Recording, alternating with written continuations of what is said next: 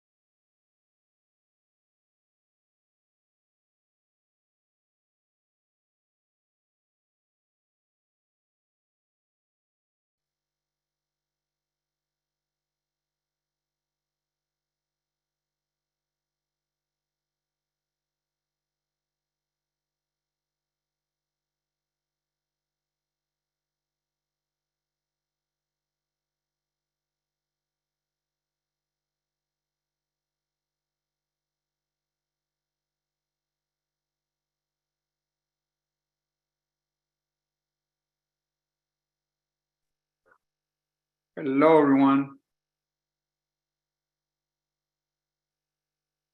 Evening. Hi, Isidro. Hi, Catherine. I see my brother right there, Manny.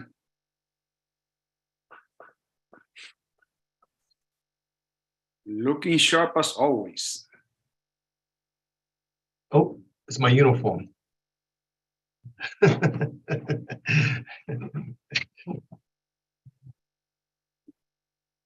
Okay, we're a long way from getting quorum. I mean, it's still early, it's 6:28. So thanks for being on time, folks. As we get more attendees, feel free if you would like to speak during the public session, whether that's you're with the group and have an announcement, like in a community event, or you're a community resident and want to share a concern. Public session is the one space during our meeting where you're able to speak. So just in the chat or in the Q&A, in the Q&A, Simari, our second vice chair, will respond to you with your turn number.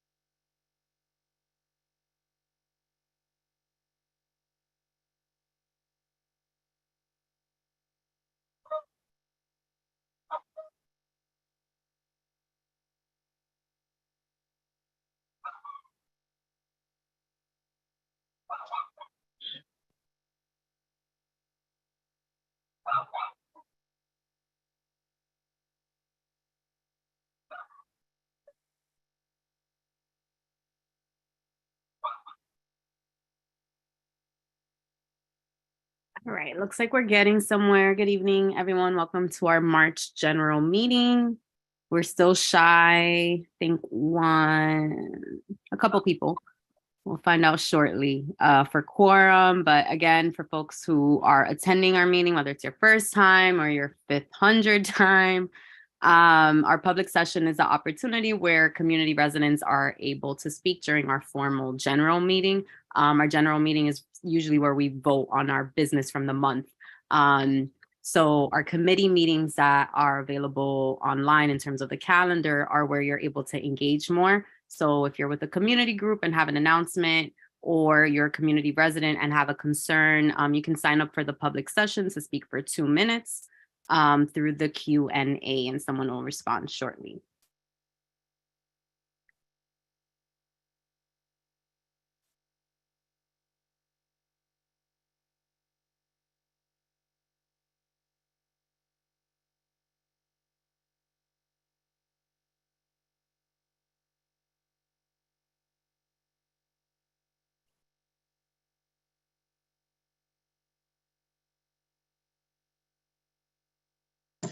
I think that space is an open, like public space you can rent through the city website. I'll share the link now.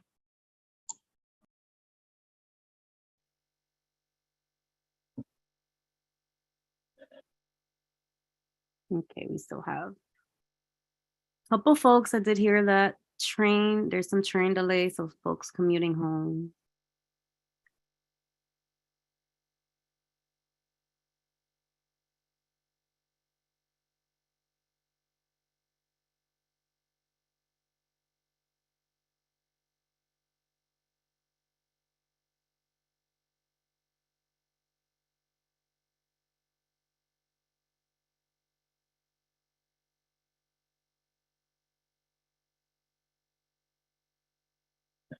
Thank you, Marielle. Hopefully you're not stuck on one of them.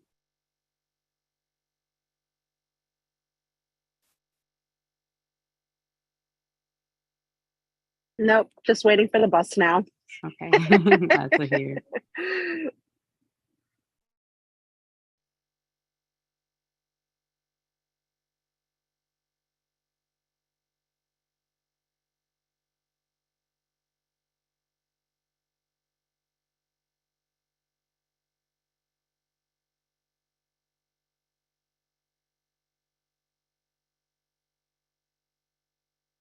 Okay, I think we're at 22. Hello, everyone. Hi, Kathy. Hey, Robin, welcome. How are you? Pretty good. Great.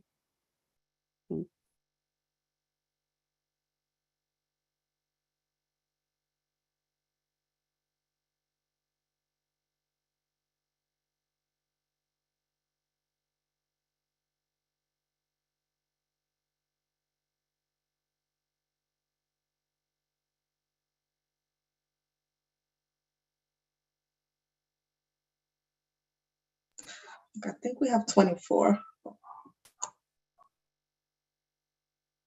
Okay. I'll let me see if I can screen share instead.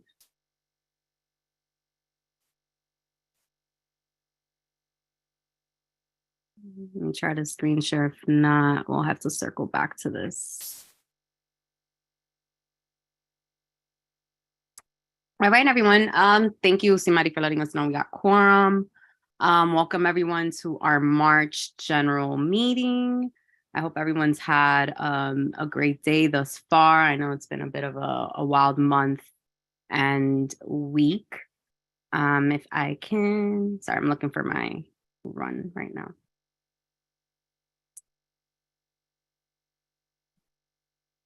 Cool. So the time is 6:37. I'm going to call the meeting officially to order. And move to adopt the March 2023 agenda. We have a short agenda with 12 resolution items and one under new business, proposed resolution that was sent out shortly before, I want to say earlier this afternoon. Is there a motion to adopt the March agenda? Motion. Is there a second? A second. All right, thank you. I know also we have the February 2023 minutes. I actually want to move, I don't know if Barbara's here yet. I'm here. Okay. I'm here. All right, I want us, there's some formatting issues and like autocorrect must have changed some words. Okay. So we can correct those and bring them forth to adopt them next month, if that's cool. Oh, if you want to do that, sure, no problem. Okay, thank you. Yeah, what happened all right. was I was very, very sick with a cold, and I thought I'd sent them in, and I hadn't. It was my mistake. Won't happen again. Okay, not a problem. I appreciate that. Okay. Still getting train texts. Wow. All right. I'm gonna keep the chair report super short and sweet because it intersects with, I think, some of our reports from electeds and from committee chairs. For CB12, oh, sorry, I went all the way forward. Let me go back for folks as we have a sizable attendance. Thank you. Just for some housekeeping. If we go to the housekeeping slide or the norm slide. Thank you. As I said earlier, if you're just joining in, welcome to CB12, Washington Heights Inwood General Meeting. Our general meeting is really where we vote for on items that we've discussed throughout the month or report back on things that happened this month. We also get to hear from elected officials and other city agencies from time to time. And so really our committee meetings, which the schedule you'll find on our website, is where you're really able to kind of speak in depth. In about 20 minutes or at 7 p.m., we close the public session. So if you're a community resident or a group, please use the Q&A to sign up for that. You'll be able to speak for 2 minutes. And if you have an event, announcement, concern, trash, whatever it might be, that's the space where you can speak and be able to connect with some of our committee chairs and some of our electeds as well. Just some quick norms, going through these every single month. This is the third time in a row now. No one's able to speak until granted the floor. We do follow Robert's Rule of Orders, which is a lot more, different than a usual fluid meeting. You'll be recognized by myself and be able to unmute and speak at that time. For all community board members, right? If we have a question about board business or wish to make a motion, please use the raise hand function. And again, as I said earlier, members of the public may only speak during the public session. Keep questions and comments under 2 minutes. Please keep them tight and connected to or germane to the agenda. The chat function should not be used to go into long back and forths or for discussions or about to discuss CB business. It's really, a space to share links that you've already spoken on because we follow open meeting law. Folks who, let's say if there's an elected or a committee chair who is making a report, they need to share that verbally, and then in the chat, they can put in the link. So again, anything that you share in the chat has to be shared verbally on the record. We record all of our meetings and they're also on YouTube. And again, also, if you're sharing if you're having any technical difficulties, that's when we can use the chat. All right, back to chair report. So for our chair report, my chair report, what I'll share is that for CB12 members, you might have seen the survey link that went out.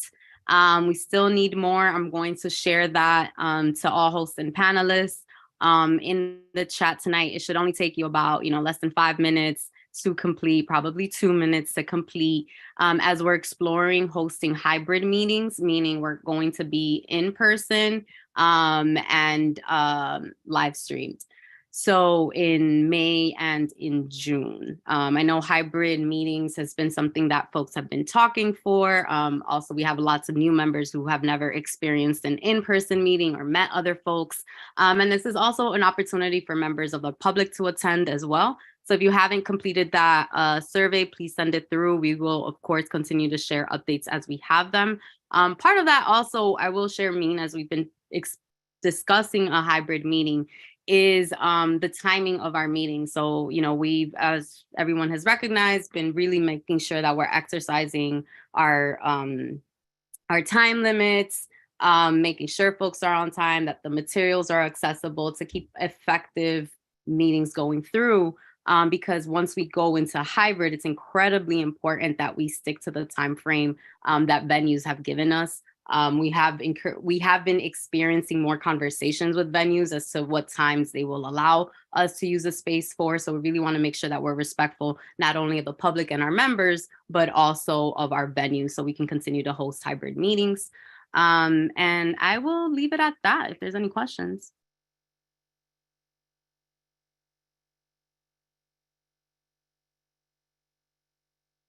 I don't see the hand, sorry. Mary Anderson, go ahead and welcome back, Mary. Thank you. I just want to clarify because I wasn't sure I heard you correctly and I wasn't in the last meeting. Did you say that we are going to go to hybrid meetings for May and June? We're exploring that for only the general meeting, not for committee meetings. Okay, thank you. So there was a survey. You were most likely out since you were out for the month. A survey went out just to explore, what are members available, because quorum is incredibly important. And what do you need in order to make it in person, if anything. Help. But we'll get there. All right, Isidro. Chair, would it be possible for you to resend the survey, because I have not seen the survey. If you're so kind, please. Yeah, we'll resend it.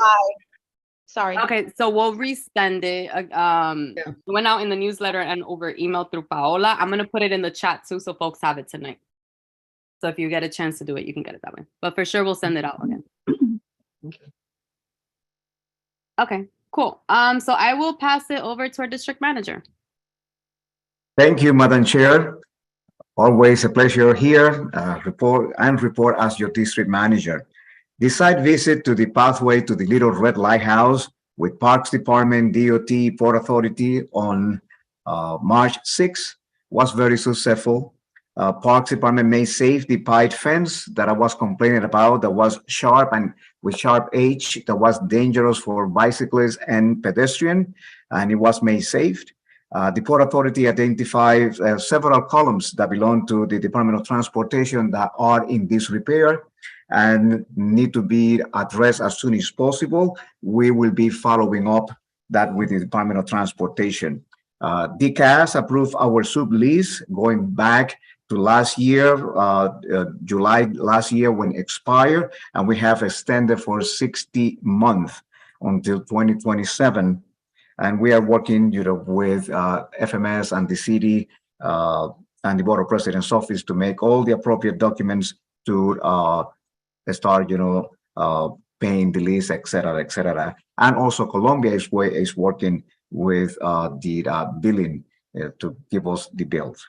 And the police department is installing cameras in the 191st Street tunnel. And DOT is helping the police department on the installation. And this is part of the measurement there. Nevertheless, DOT is only cleaning the tunnel twice a month.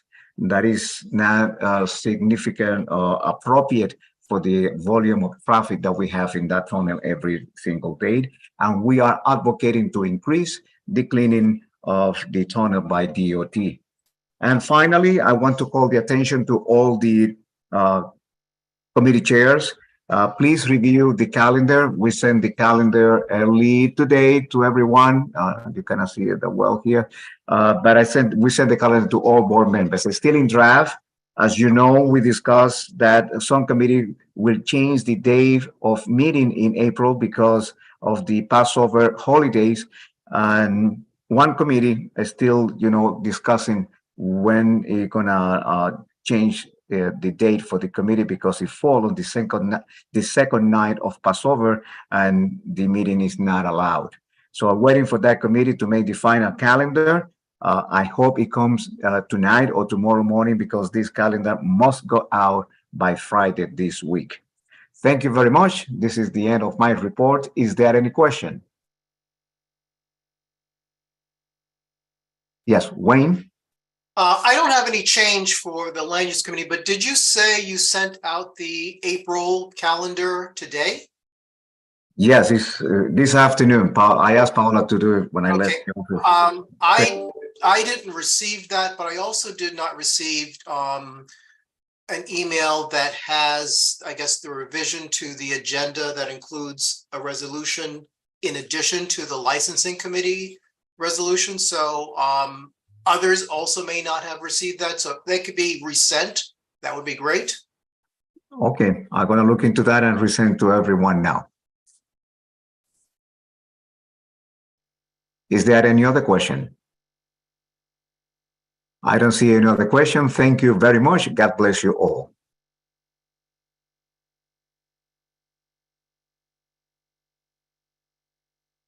All right, so we're moving on to the elected official portion of our meeting. We start by who got here first. And the early bird today was Assemblymember Manny de los Santos. So Thank you, Madam Chair. I first wanted, I acknowledge the hard work that all of you do on behalf of the community. I've served in Community Ward 12, so I understand clearly the sacrifices that you make to improve and to make our community better. I also want to acknowledge that this month is Women History Month, so happy Women History Month to all the women in this meeting. And for those that are social worker like myself, also happy Social Work Month. As you know, as many of you know, Albany is rumble in the jungle here. It's the bad and the ugly. We are not even close to a budget. And, I understand the time is everything. I don't want to take much time speaking about this. We have no date yet. We did submit it last week, our one house budget, and then we merged with the center and came to one proposal budget to the governor. As you know, as she had alluded for the last couple of days, she wants something to be changed. She's seeking for some amendment on bail reform. So there's current negotiation back and forth. For some of you also aware, I had met with advocate and supported the housing package that include good cause eviction, and include also tenants' opportunity to purchase act known as TOPAS, and the right to cancel as well.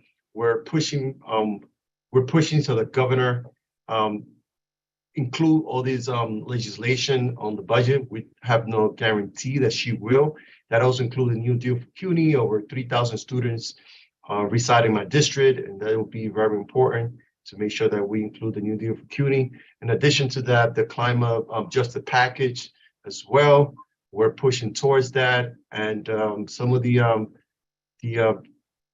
all the nature of development in my building was already included for additional capital funding, including a pending $100 million for Mitchell-Lama for Mitchell-Lama buildings that were supposed to already kick in for capital improvement and has now been already reported to their prospective supervisor. In addition to that, I had also introduced legislation to protect retail workers.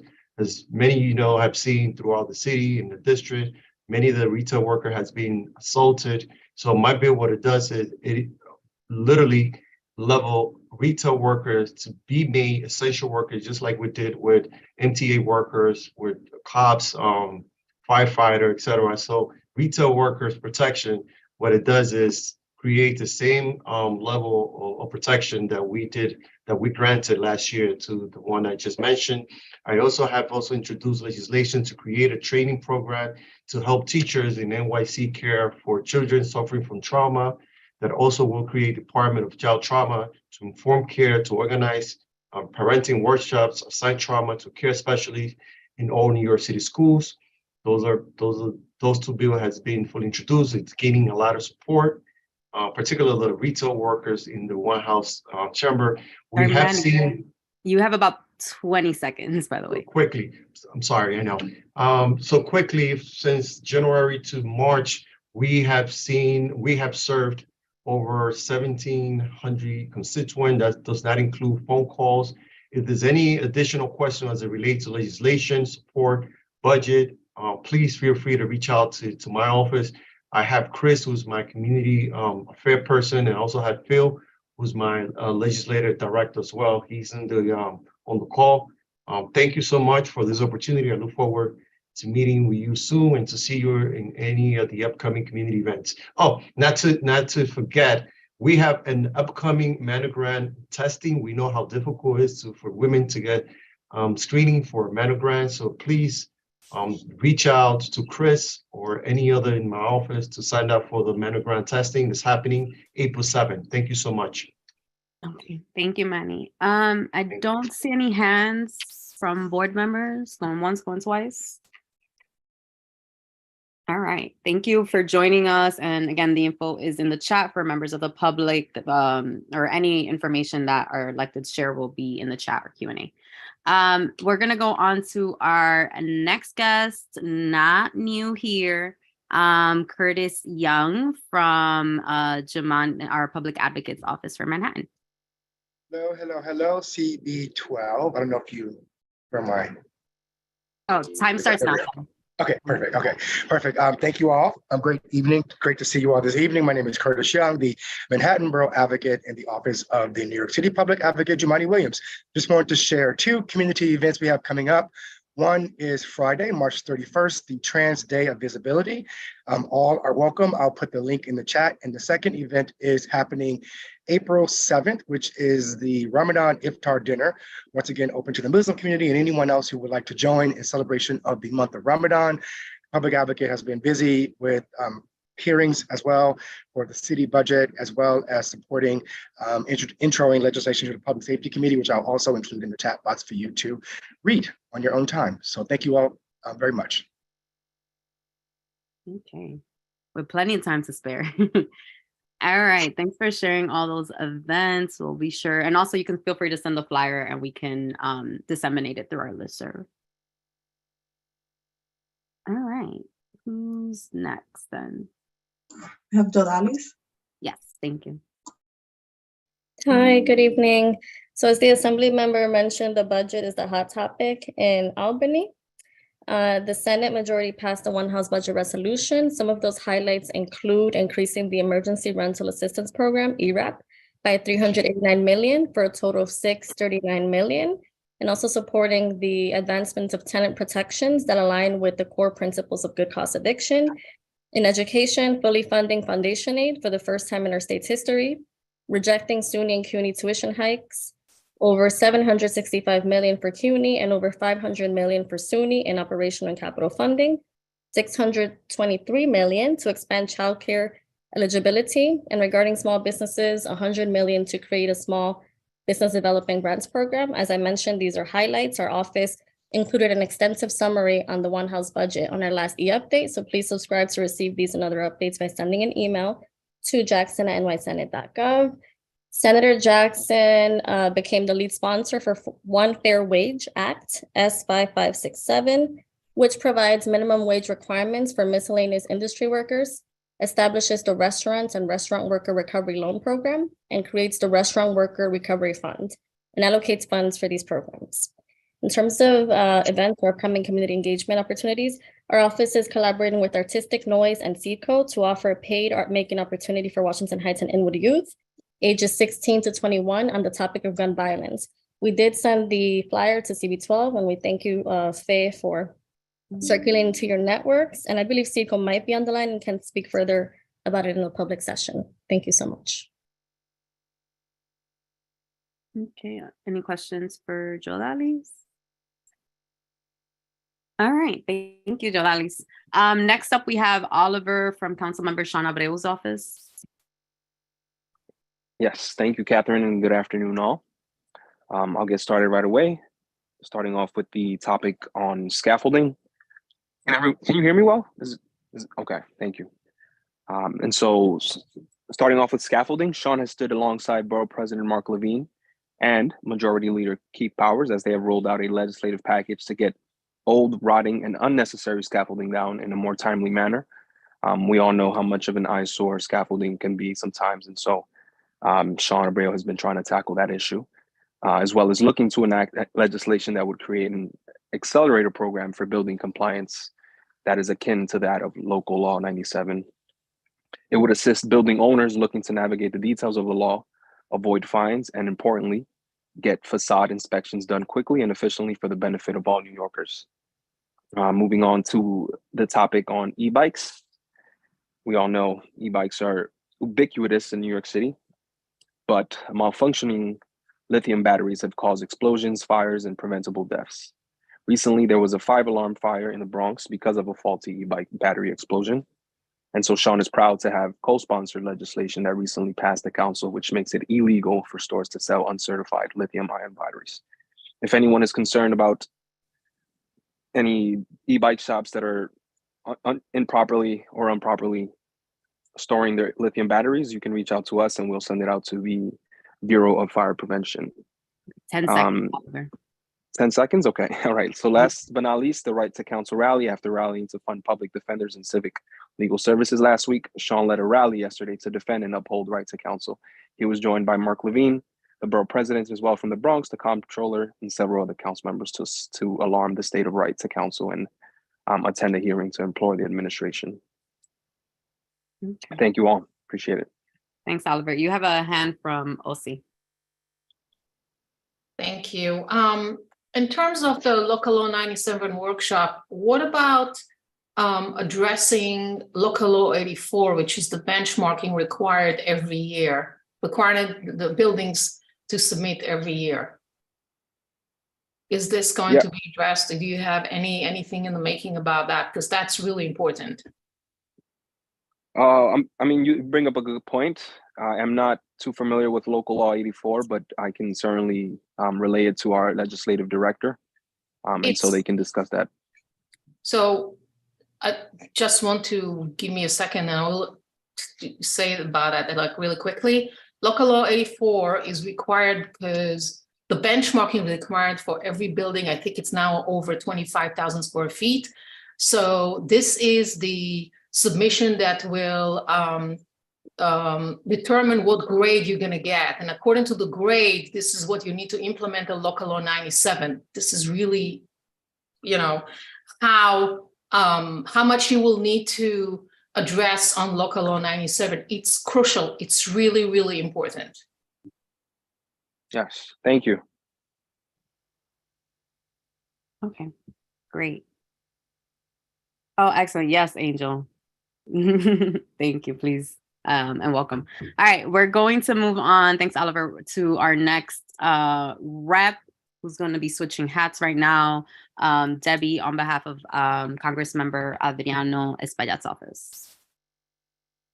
Thank you, Catherine. 3 minutes on the clock, Debbie. Lori got sick at the end of the day that I was out sick and wasn't able to be here tonight. And I just wanted to bring up something we're seeing a lot of with passports. Usually there's a bunch of volume and it gets kind of crazy during the summer and leading into the summer.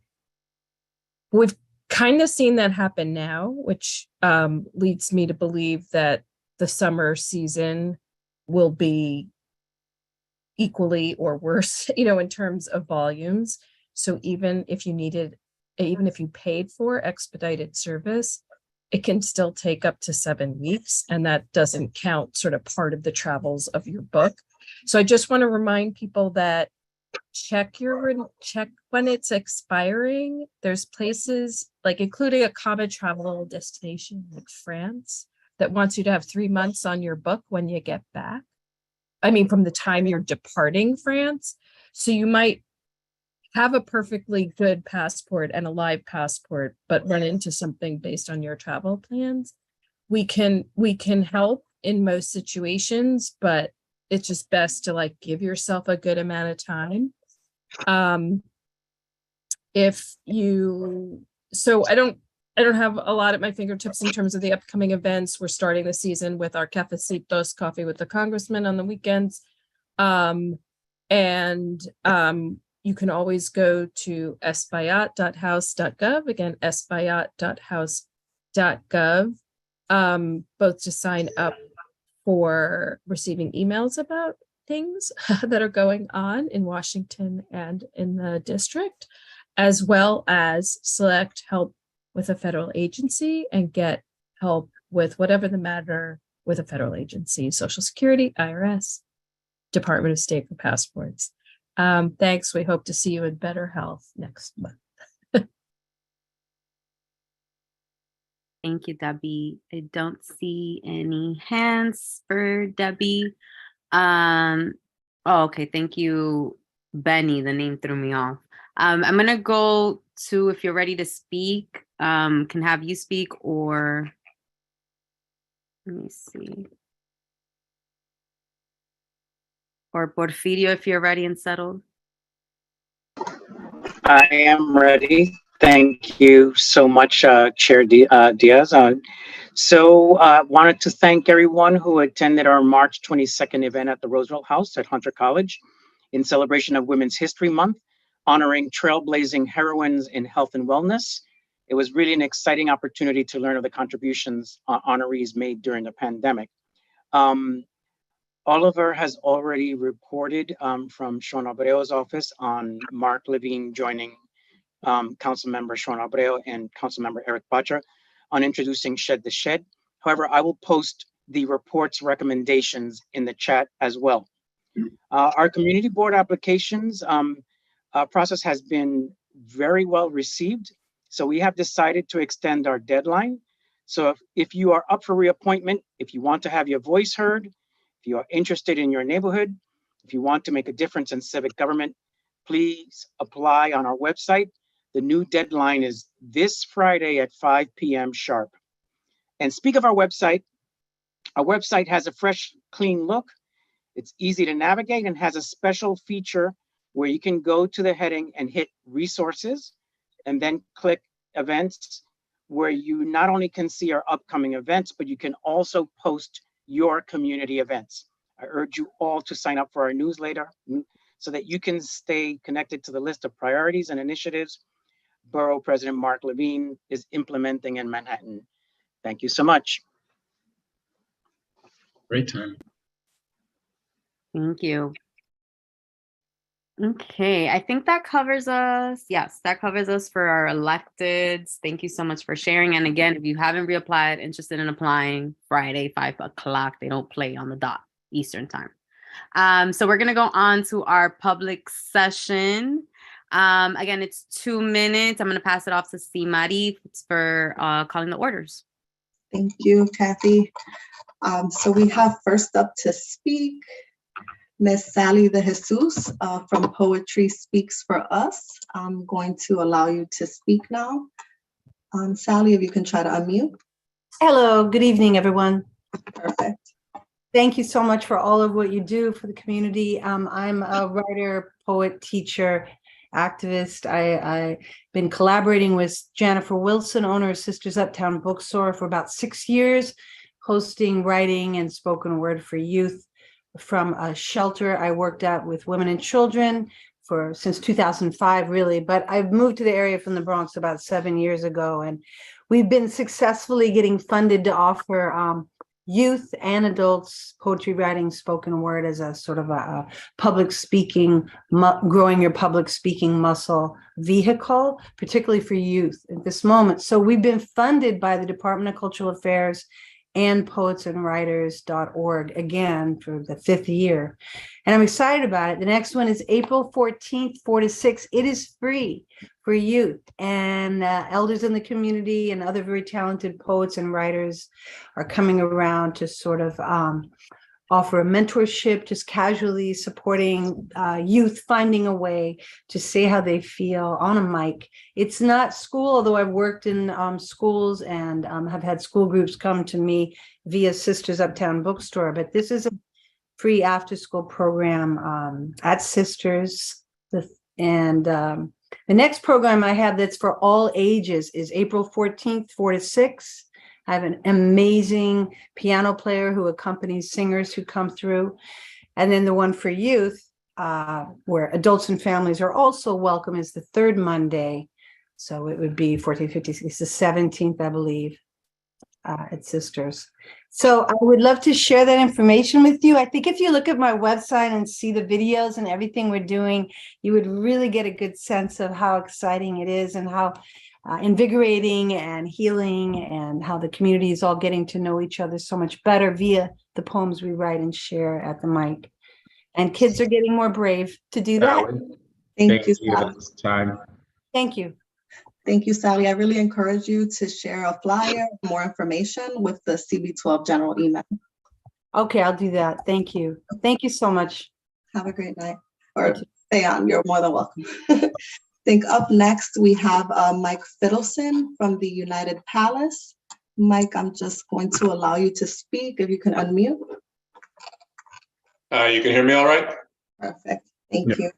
You got 2 minutes, Mike. I'm the CEO of the United Palace of Spiritual Arts, and I am presenting tonight in response to the board's request to understand the future structure of the United Palace. We understand how complicated it is, and we're trying to simplify it. There are currently 4 organizations that oversee the operations. The building opened as a movie theater in 1930. In 1969, it was purchased by an organization that is registered as a church with the IRS. That organization continues to own the building. In 2012, a nonprofit organization was formed to handle, excuse me, I got lost here. In 2012, a nonprofit arts organization was created to serve the community and local artists. A few years after that, 2 for-profit organizations were formed to handle all commercial activity, such as booking concerts. In 2021, the United Palace decided that all alcohol-related activities should be handled internally instead of by each promoter who booked the space. So of those 4 organizations, only the nonprofit arts organization was eligible to apply for a liquor license, which it received late last year. Also late last year, the old leadership of the United Palace left and a new board of directors came in, including local stakeholders such as Tony Lopez, Ana Ofelia Rodriguez, and Diana Caba. And with their leadership, we are now in the process of restructuring the entire United Palace, replacing those 4 entities with 2 new ones, both of which have already been incorporated. The United Palace for Arts and Culture, called UPAC, will be a nonprofit arts organization as soon as it receives its tax exemption from the IRS. At that time, the church will be dissolved and UPAC will become the steward of the building and take over arts and community programming. It will not be designated church by the IRS or have church services. Beginning April 1st, United Palace Events will take over all commercial activity. It is a for-profit entity. It is applying for a liquor license, and if successful, will take over the concession operation and the existing nonprofit will terminate its license. 10 seconds, Mike. For the licensing committee, if you have any questions, thanks for your time and consideration. Thank you, Mike. I will move on to speaker number 3, Theodora Scarrato. I'm so sorry if I butchered your name or pronunciation. I will just scroll down to allow you to speak. If you can please unmute. Thank you so much. I am. Theodora, you have 2 minutes on the clock. Okay, can you hear me? Yes. Okay, thank you. I am Executive Director of Environmental Health Trust, and I'm here to talk about the Jumbo 5G cell tower poles. They have 5 tiers that they lease out space for for-profit companies to put their cell antennas on. I wanted you to be aware of what is happening in the US and around the world. In New Hampshire, a commission that investigated this for a year, the state commission created by law, recommended 15 ways that the state can reduce exposure to the public, including a 1,640 foot setback for wireless antennas from homes and schools. Whereas in New York City, these are going up 10 feet from where people live, work, and play. In Maine, they're looking at a proposed law to study the issue. In Michigan, I just heard the state is proposing banning cell antennas near schools, prompted by protests at an elementary school where T-Mobile put 5G cell towers up on the school building. The families have packed board meetings and council meetings and are receiving tons of press. They're calling for the antennas to be removed.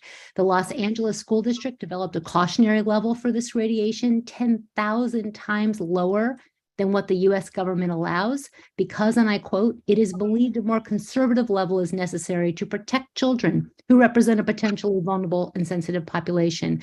Internationally, countries like Switzerland, Italy, China, Russia, Israel, Greece, and others have limits for cell tower radiation far more stringent than the United States. We actually allow in the United States, we're among those countries that allow the highest level of radiation in the world, 10 to 100 times more than several countries that I mentioned. In Italy, over 600 municipalities have passed resolutions to halt 5G. In Chile, they prohibit antennas in sensitive areas, kindergartens, hospitals, and nursing homes. In France, 60 mayors have petitioned to halt 5G. In Israel, there's a cell tower set back 100 meters from schools and homes. Theodora, you've reached time. Oh, thank you so much. ehtrust.org to learn more. Thank you.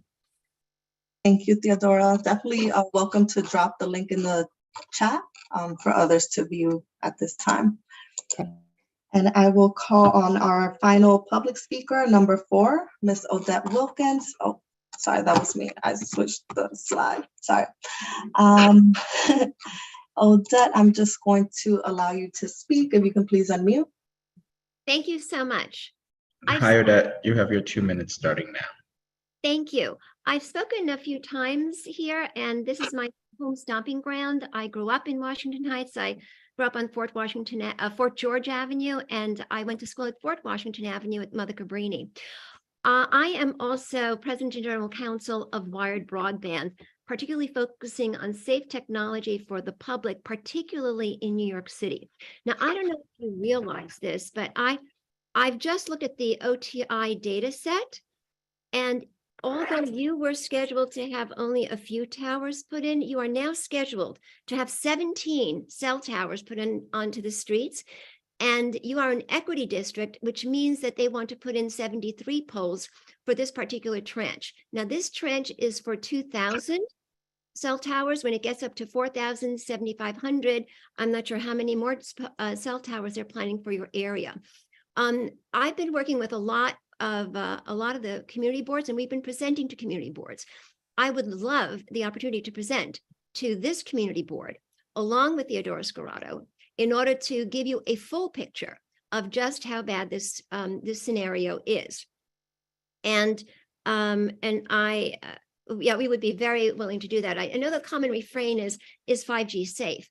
And OTI has been saying that it's within the FCC limits. The problem is that that's really just a safe harbor to immunize industry from liability for personal injury from wireless radiation.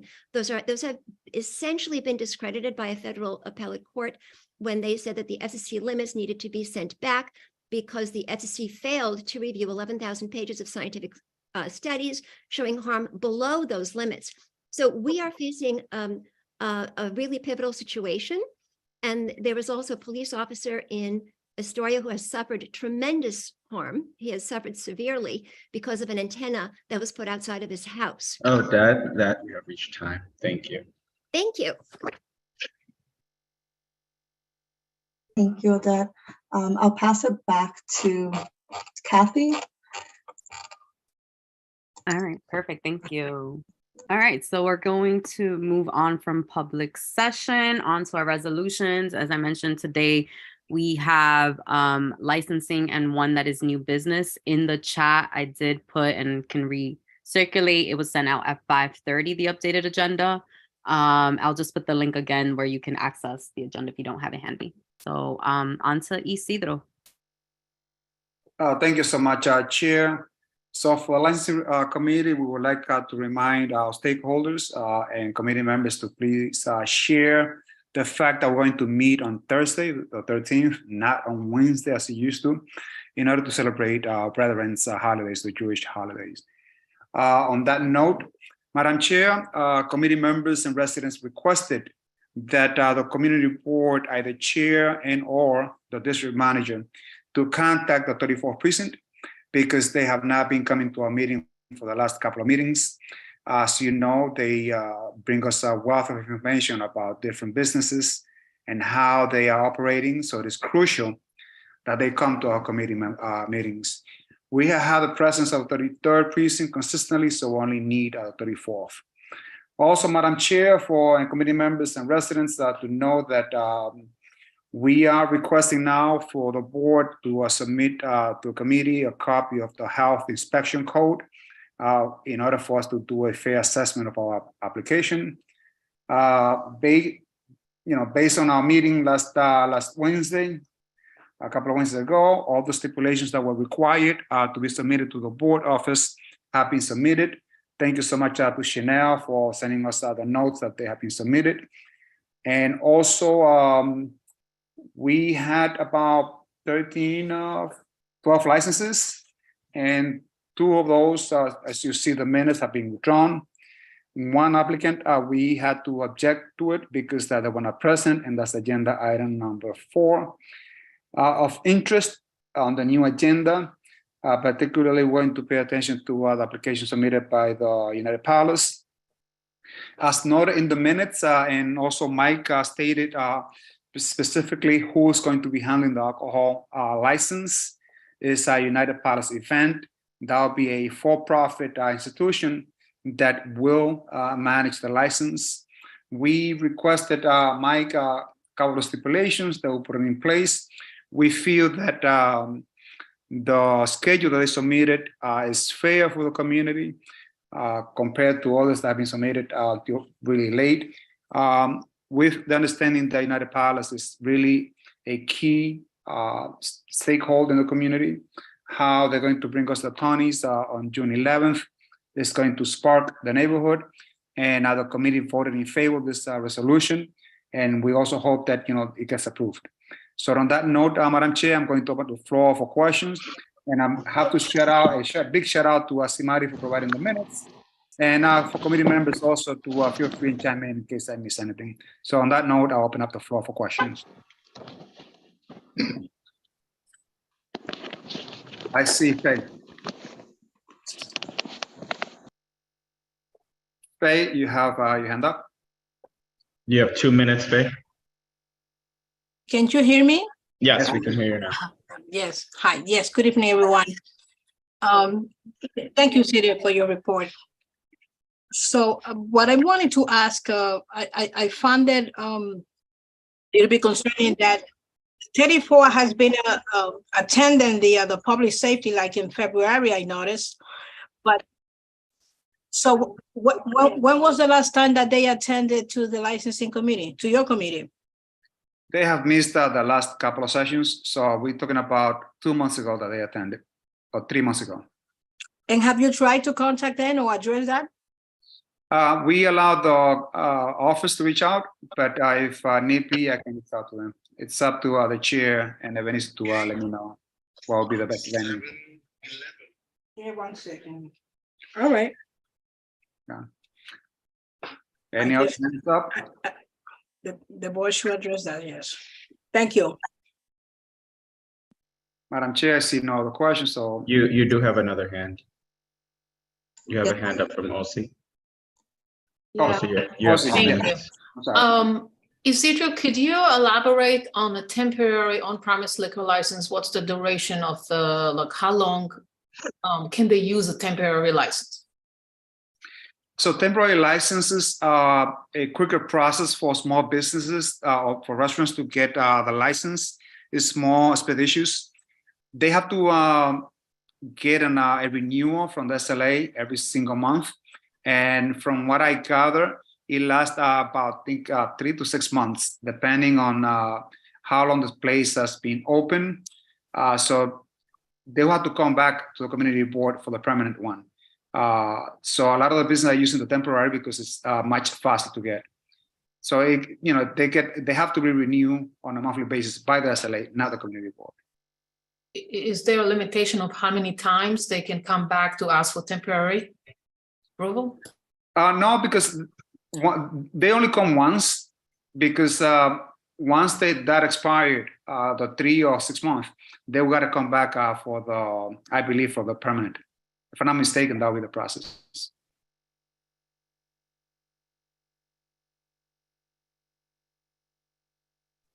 And I don't know if I see other hands because it's. I don't see any other hands. I think you're set. Well, thank you so much, Angel. Take care of yourself, guys. Okay.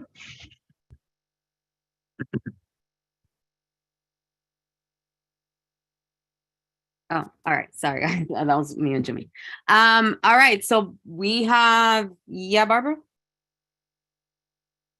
Was that a hand for Isidro or on this? Isidro, yeah. Is the Bonafont the restaurant that's going to be opening in Fort Tryon Park? Yes, it is. They Oh, will, I know. yeah. What is the picture on that? What, any information on when that will happen and the menu and so forth that they presented?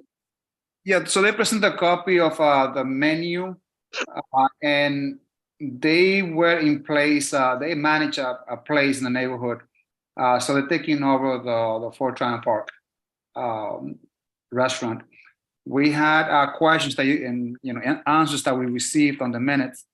So it will be a well managed venue, taking into account the history they had at Pandering Peak. So it'll be a great operator, and we're looking forward to meeting with them later on. They're proposing to enclose the backyard. They're going to come back to that, and it should be a great venue to visit. There was questions if the menu would be parts of the menu would be affordable to most of the neighborhood. That's something that we did not truly address, Barbara, but it's something that can later on be brought up. I'm happy to report on that during my report. Oh, thank you, Liz. Okay. Cool. All right. So we're going to pass it on to Jumirna for the roll call. We're going to be voting on I think it was 12 licensing rezos at this time. Yeah. So. Yes, 12. So good evening, everyone. Happy Tuesday. I'm going to start off with the roll call. We're actually voting on 10, correct? Because 2 were withdrawn? Yes. So 1 and 2 were withdrawn. So it's 3 and down. All right. So starting with Marielle. Hi, good evening, everyone. Yes to all. Thank you.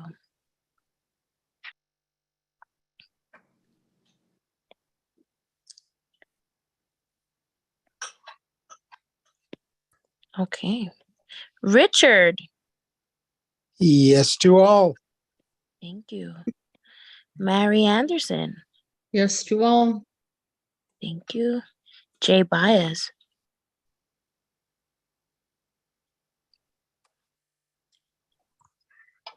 I'll come back for Jay Baez. All right, Jacob. Sorry, I was having trouble unmuting. Yes to all.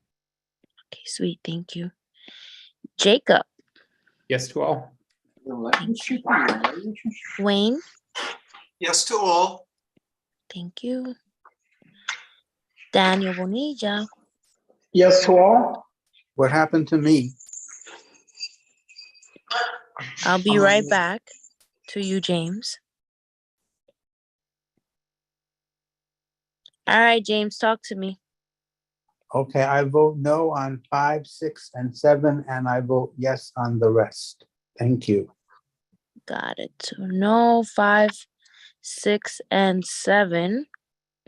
And then yes to the rest. Cool. Tanya? No on 5, 6, and 7. Yes to the rest. Got it. Thank you.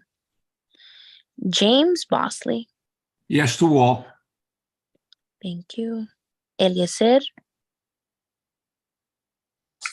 Yes to all. Thank you. Thank you. Daryl? Abstain on 6 and 7. Yes to the rest. Abstain. 6 and 7. Yes to the rest. Gotcha. Luis Cruz? Good evening. Yes to all. Thank you. Robin Cruz?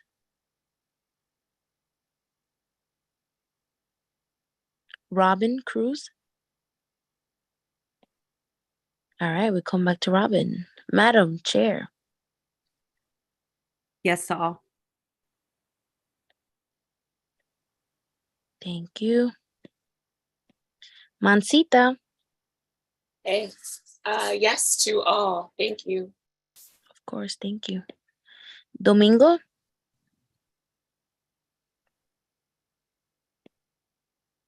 Yes to all. Thank you. Luana? Good evening. Yes to all. Thank you. Thank you. Faye? Yes to all. Thanks. Thank you. Barbara? Yes to all. Thank you. Stimari? Yes to all. Thank you. Joseph?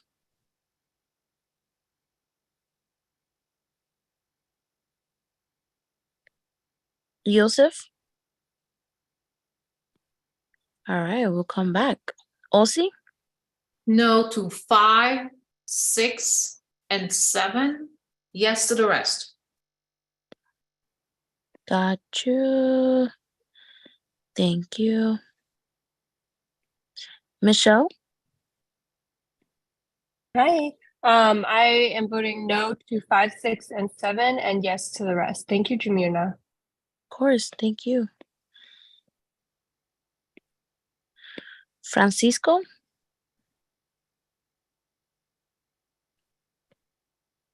Francisco Lopez. All right, I'll come back. Liz? Hello, can you hear me? Yes, we can hear you. Yes to all, please. Thank you. No problem. Liz? Hi, thanks. I'm abstaining on 4, 5, 6, and 7. I'm not voting on 9 due to conflict, and yes to the rest. The conflict is that I've approached the applicant for a contribution to a fundraiser that I'm working on, and it just feels very awkward to vote on application. Got it. So that was conflict for 9, right? Correct. Not voting on 9, abstaining on 4, 5, 6, and 7. Yes to the rest. Got it. Thank you, Liz. Maria Luna? Okay, I'm voting yes on 4, 8, 9. I'm voting 4, no. 8, and 9. Right, and no on 3, 5, 6, 7, 10, 11, 12. And where are we voting for the Hispanic, the list written, the resolution? That'll be under new business. Oh, okay, good, thank you.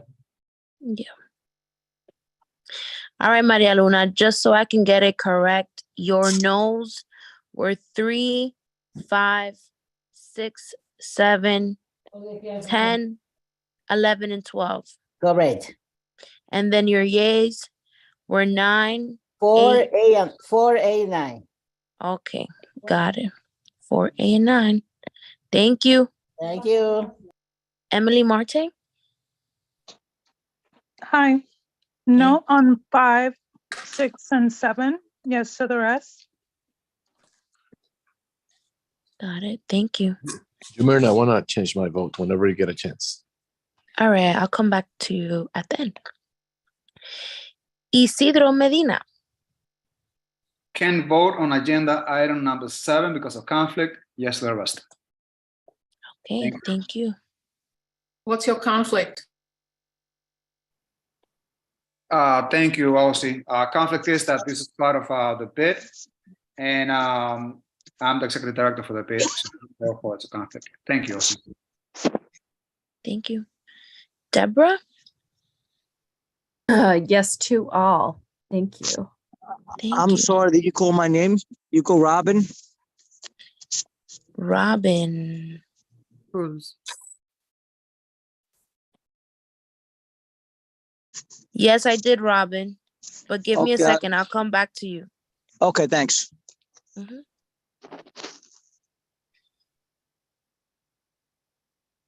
Angel Vasquez? Yes to all. Thank you. Anthony Viola? No to 7. Yes to the rest. No to 7 and yes to the rest. Jody? Sorry, yes to all. Okay, thank you. All right, so I'm going to come back to those who I may have missed.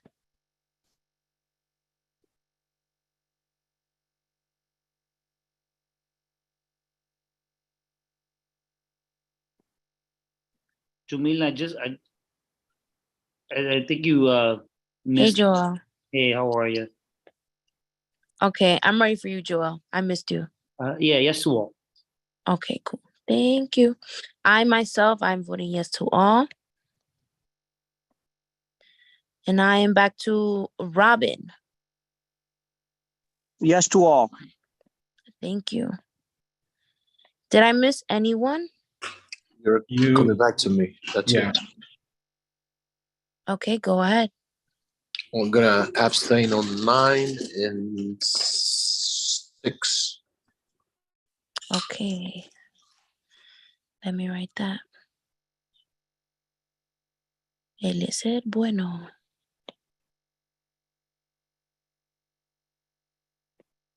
You said abstain from 9? Yeah, from 6 and 9. From 6 and 9. Okay. Got it. All right, thank you. Anyone else that I may have missed?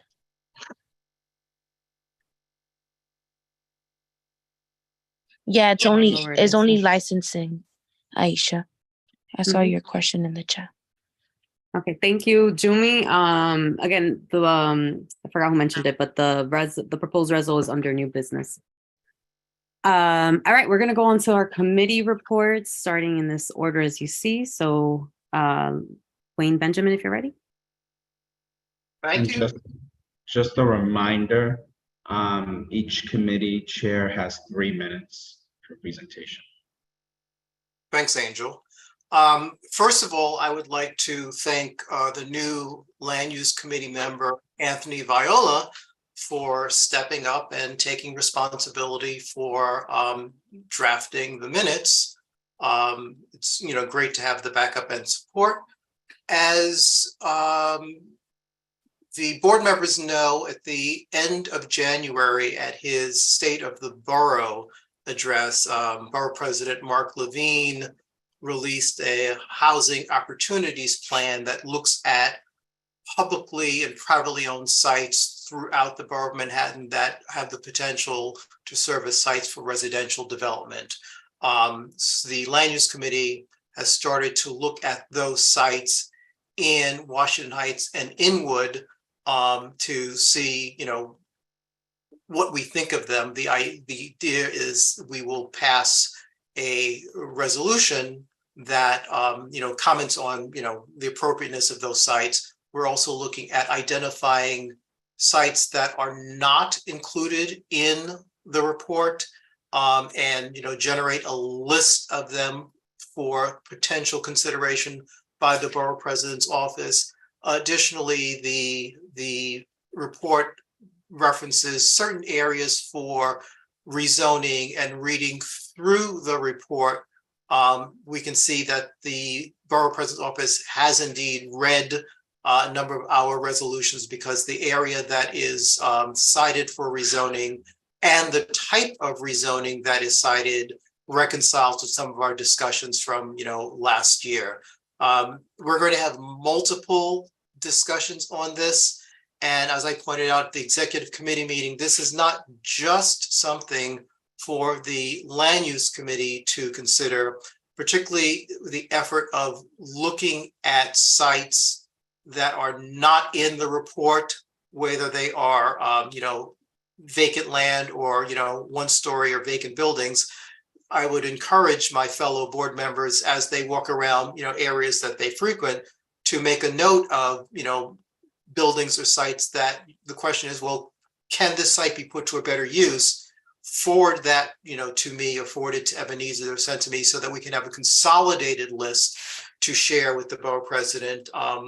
Because one of the things that CB12 has advocated for repeatedly in our, capital budget request is for the city to identify, vacant owned sites that have the potential for development, but then to take the step to work to package them for affordable housing, with affordability being defined by the neighborhood household income for Washington Heights and Inwood, not for the household income citywide. So this is the beginning of a review, not the end of a review. We welcome the participation of our fellow board members on that. That's time. Thank you. I see a hand from Mary Ellen Lee. Mario, you have 2 minutes. Yes, thank you. Just noting that I'll follow up with you, Wayne, because obviously there's a lot of overlap between land use and housing and human services. So we look forward to working with your committee on this. Thanks. Absolutely, absolutely. Barbara? You have 2 minutes. Barbara, you're muted. Briefly, I'm aware that the BSA is supposed to give the last hearing or report on the one on the Trinity Church site that's supposed to be developed. Will land use be weighing in it again or following the upshot of that because of that issue of them wanting this variance? The project was supposed to be, actually, I think it's in the minutes of the March meeting, that was supposed to be presented in March. However, the Board of Standards and Appeals changed the due date for materials for that hearing. So the due date is April 6th. The project will be presented to land use at our April 4th meeting. And the BSA hearing, I believe, is the middle of the month. I was told it was this Friday. I may be wrong. Barbara? I was told it was, but I may be wrong. The initial hearing date and the initial due dates were in March, but as I said, they were changed. So the materials were not, we're no longer due to BSA in the middle of March. They're due to BSA on April 6th. Okay.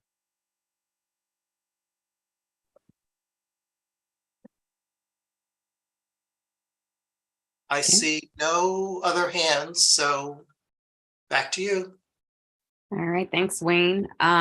Next up is Eliezer with Public Safety. Thank you, Catherine. Great work, great color scheme. It's very nice to see refreshing colors while you're doing your presentation. So thank you once again. As usual, our committee is full of reports and stats, but in this case, is generating conversations in meetings, post committee meetings. One of those meetings was with hair salon owners. I think Joel Abreu was instrumental in connecting Patricia Santos, one of the organizers of the hair salon organizations. They have over 500 of them. We met this morning at the Manhattan Board of Press at the Manhattan DA's office, along with the commander of 34th Precinct, CO Castillo. And I was taken aback by the unreported amount of robberies and acts of violence that these female hair salon owners are victims of, precisely because of their gender. And it appears to be as though they are consummated and prepared attacks on a population that is vulnerable to a bunch of things. In general, the use of the, not the use, but the abuse of the mask and how people just walk into their hair salons without showing their face has been one of the commonalities of what these victims, of what these ladies have been victims of. The police department, based on that need, is going to visit a few of those hair salons, and they are going to initiate a new strategy as to, I think the new slogan is going to be public safety for hair salons. It's going to be both English and Spanish. The flyers, Ebenezer, I think I gave you a copy. Jocelyn, our DA representative, is going to send you the digital copies so they can be distributed in our district. So a lot of good things are coming from the public safety end. And again, Joel, thank you for taking the initiative of working along with our committee. Next month, we're going to have a joint meeting with TNT, Transportation Committee, Leo Jimenez, Debbie. Looking forward to go through your agenda and just share a lot of good ideas and bounce them back and forth so that we can come up with more help for our community. So thank you once again for the chance. Perfect timing. You have two hands. Yes, sir. Yeah, go ahead. Also, I think I see your hand first. Thank you. 2 minutes. Okay. So on March 13 or 14, a young, mentally challenged African-American guy was, there was an incident on 181st Street. I wonder how you're planning to address that in your next meeting, since this was after the Public Safety Committee meeting. It was extremely disturbing to see the video. My understanding is he was attacked solely for being African American. So I would like to hear how you are going to address that in your next meeting. Every incident is important.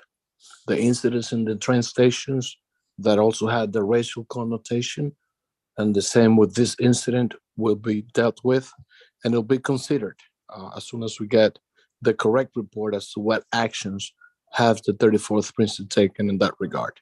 Every incident, every violent incident is extremely important for the well-being and the safety of our community.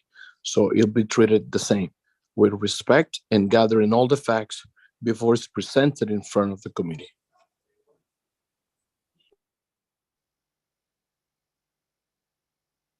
You got Debbie, Tanya, and Domingo. 2 minutes are starting now. So what I wanted to ask Eli was just to confirm who was coming from NYPD Traffic Enforcement Command versus the traffic folks associated with the precinct, like who will be there with us on the joint committee. But before Eli answers, I just want to say, OC, that there is context to the incident. There was a community response led by a community member that was really informative, and there was a press conference. So I would say I'll try to get you, I think there's probably video on it, and it's a good way, if you can see part of that press conference, to kind of fill in some more information about the disturbing video that many people saw. Next, thank you, Debbie, for your comments. It was Tanya and then Domingo. Well, actually, though, but Eli, who is going to be there at the? The answer, the answer is that I asked Señor Castillo to bring us the new person in charge of traffic of transport. Is it transportation or public? It's like this. It's just called Traffic Enforcement Division. Traffic enforcement, right? Yeah. Not the traffic agency side of the agency. No, the other agency that deals with traffic. Yeah, the other command. Yeah. Right. Awesome. Right. Okay, I look forward. It'll be fun. Beautiful. Thank you.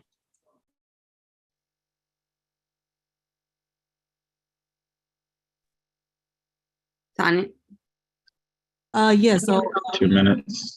okay, thank you, Angel. The question I have is about the you say the hair salons and the gender-based attacks and the concerns about that. Does that include the nail salons, or are we just talking about the hair salons? Because the nail salons, it seems, would be facing similar things, and they have in the city. and across others. And I was just curious about that and how they're being included in that. And then I just, wanted to say, thank Faye for opening up that conversation about the incident in the train and allowing community members and board members to, to discuss it and talk about it. And I did attend those press things. And it was nice to see the youth speak up in their own way about these issues and what they would like to see happen. And I think we do have all we need to know about what we saw to know that a response is that, that needs to be addressed. And I hope that our board will continue to, where it's relevant, bring these issues in the and discuss these issues included in this committee as well. Thank you. Yeah, thank you for bringing the nail salons, not the nail salons, but the nail workers. Yes, they are also included, the same as barber shops and so forth. So yes, they are part of the conversation as well. There have been victims as well, as an industry of about the same type of crime. Thank you once again. Okay, and then Domingo and Aisha will be the last hand before we go on to concerns of the aging's report. Oh yeah, so 2 minutes, Domingo. Yeah, and I think you hit the nail in the head, Eliezer, when you spoke about. I'm referring to the event that happened with the youth in the train. So, Faye, I commend Faye for what happened to be such a timely workshop around bullying when the incident literally just occurred like a few days before. So, speaks to the committee being in tune with certain realities that our youth are facing. But jumping to conclusion quick could often put us in a position where we actually mischaracterize certain situations just because we get caught up in certain assumptions. So from my understanding, the children were what they call subway surfing.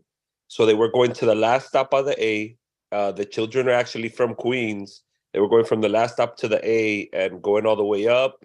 And then they came down, and it seemed to be a lot of internal conflicts amongst them, being that they had lost a member of the crew and somebody made fun of it.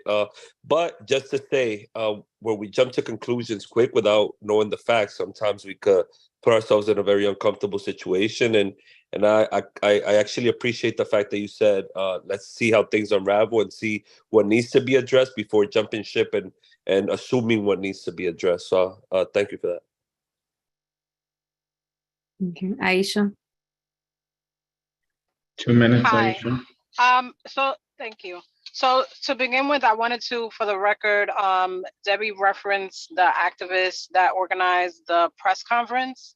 Her name is Rosemary Severino. I know her personally because I worked with her. She's a comedian as well. And so when I was doing production management for Comedy Click, I have worked with her in the past. And she's communicated to me about wanting to get involved with community efforts on a broader level. And she's in fact doing that as a result of this incident that took place. In regards to, it's good to learn more information about how that that incident came to be and where the students are actually from. And, that's good to know that they are from Queens, but that is not to say that our community is not impacted by similar situations. In fact, one of the reasons why it hit home for me is just days before that at George Washington High School, which I am an alumni, there was a meeting that was held to address anti-Black sentiment happening at the school at the request of students there. They actually reached out through their principal and asked that leaders from our community come there to speak to them. Public Advocate Jumani Williams was present, as well as State Senator Robert Jackson, to speak to the kids as a beginning part of a conversation to address some of what children there have been experiencing. It was a phenomenal event where they actually did some production. There's a media school within George Washington High School, and so they also recorded video and sat down and interviewed both representatives Jumaane Williams and Robert Jackson on video. So it was interesting to see through the eyes of the kids what they feel the need is there. So I hopefully we can create a relationship with the school to continue pushing for what the needs are there.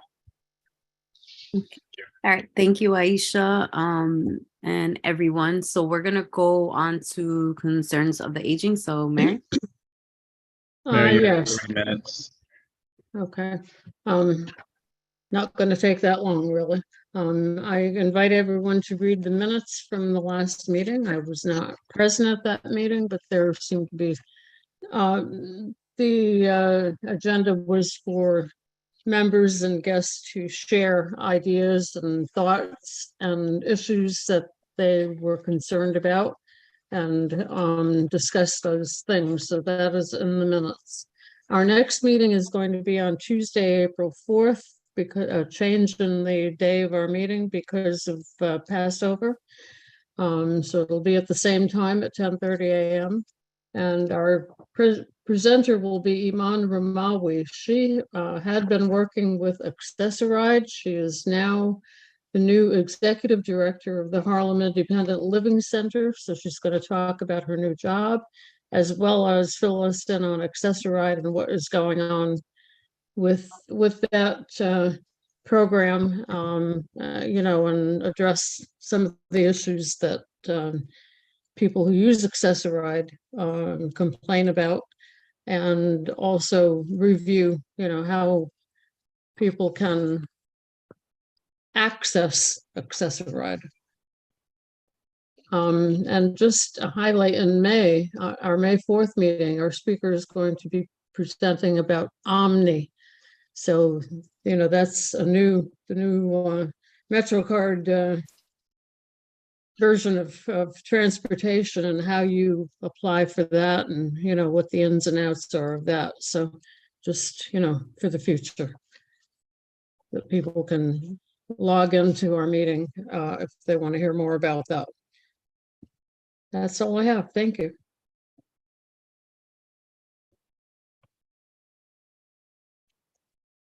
All right, sorry about that. Thank you, Mary and Yosef, for holding it down while she was out. Next up, we have health. Well, that's actually perfect, right? Health and Environment and Housing had their joint meeting this month. So I guess, Steve, you can go first, and then if anything, tag team. Is he here? Got 3 minutes, Steve. Steve is not here, actually. Hold on. I had a Marielle, you want to go ahead? I can. Good evening again, everyone. As Kathy mentioned earlier this month, the Health and Environment and Housing and Human Services committees joined together for a joint meeting. We were reflecting on a list of recommendations that were put forward by Community Board 4 on sanitation. Some of that building on, as you all may be aware, of the new trash pickup times by the Department of Sanitation, and what that means not only for health and environment, but also, what does that mean for buildings and landlords? It was actually a quite robust conversation. And coming out of that conversation, it was quite clear that obviously there is a lot of overlap between our committees, and it's definitely some work for us to move forward on. And so we'll kind of continue to work together on some of those bits and pieces. The minutes for that meeting will be available shortly. And so once available, you all can review that. But of course, you can always go back to the recording and watch it. I would encourage you to do so. In terms of a forward look for the Housing and Human Services Committee, we will be meeting on Monday, April 10th at 7 p.m. So because of the Passover holiday, our meeting will now be on Monday, April 10th at 7 p.m. And we're going to be joined by 2 representatives, one from a foster care agency, but then we're also going to be joined by the assistant commissioner on outreach for the Department of Veteran Affairs. So it'll be quite nice to actually have someone, particularly from the Department of Veteran Affairs, to talk about some of that engagement. It's something that I know some of the committee members have been wanting to do. So we're looking forward to a robust conversation and what we can do, particularly on the human services side. That's all from us. Thank you. Okay, great. Thank you, Marielle. We'll go on. Is Debbie still here? Yes. For traffic, TNT, anything else? You've got 3 minutes now. Thanks, Catherine. I'm going to refer people to the minutes. I do just want to update those that are getting sick of the stairs at 181st Street. Escalators are expected to be back up in the next couple of days because we're expecting it by the end of March. At which point the Overlook Terrace entrance to the A station at 181st will close for several months. So that ramp can be made ADA accessible or compliant, I should say. That's what I got.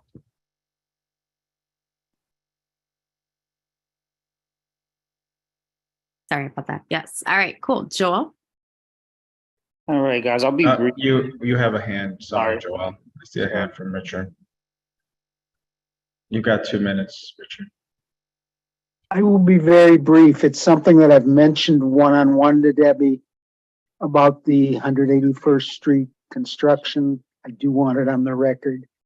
The signage has been consistently late or wrong, with arrows pointing in opposite directions from where people actually need to go to get through the station.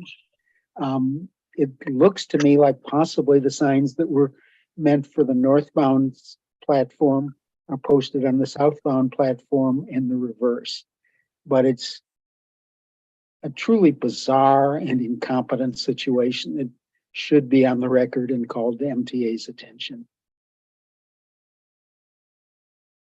Oh, and that was one more bit of the update. Sorry, not directly addressing you, Richard, but the 2 of the stairwells that are currently closed, I think are expected to be back open also within the week. So some of that hopefully sign stuff will become moot, but it sounds pretty wacky. I'm sorry, I just haven't been down there, so I can't picture it myself.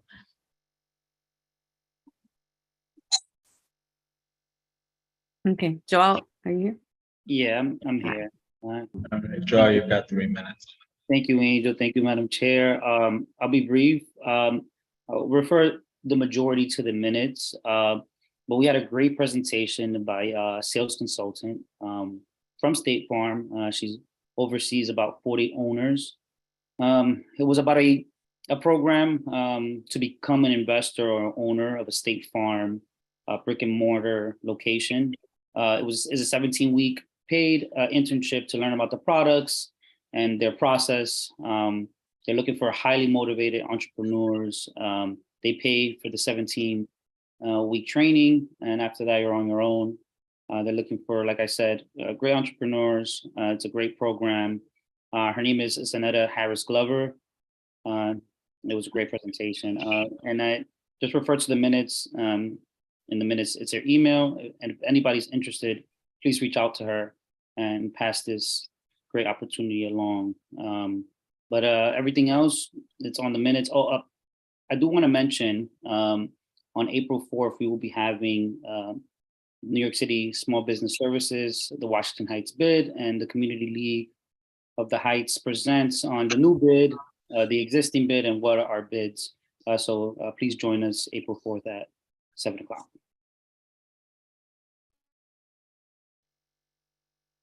Awesome. Thank you, Joel. We're going to go on to Faye for Youth and Education. Yes, hi. You have your 3 minutes. Yes, thank you. And hello. Oh, sorry, there seems to be a hand. Yeah, that went up on Faye. Tanya, is it for Faye or for Joel? That's for Faye, I'm sorry. Okay. It's me. Oh, I'm sorry. I thought that I'm sorry about that. No. Go ahead and then Okay. go with your time. Sorry, and then Tanya can go. All right. Well, thank you again. Yes. Well, I just want to go as brief as possible. So I just wanted to say, first of all, I want to thank Dr. Julie Blitzer and also her colleague, social worker Rita Gastolomendo, both for coming and presenting a wonderful presentation about the topic of bullying. They presented a well elaborated, I will say discussion. And I may not have all the time to discuss this, but at least they provided ample information about the definition, the existing type of bullying, a statistic, and many of this information, as you know, is already on the minutes. But I want to more than anything else thank them for coming. I want to also thank her name, I think, is Nancy Gautier Matos, who made possible the invitation, Julio Batista, Jackie Nunez, Jackie Ingala, I'm sorry. And of course, I want to thank the chair, Kathy and Eliezer, who also, were a part of this conversation. Tanya also show up there and many other folks. I just want to thank all for your support that I received on this event. And, I hope that we can continue supporting this conversation, but equally important, I just wanted to say that we touched only base on the incident that happened on 181st. The boy that, was basically with incident that was assaulted on the train. And this is a conversation that I would like to hopefully continue. And the last thing that I wanted to mention is that the last meeting, we're supposed to have the child school conversation that has been postponed several times. I just want to encourage some of my colleagues that to answer the emails because we need to move with this.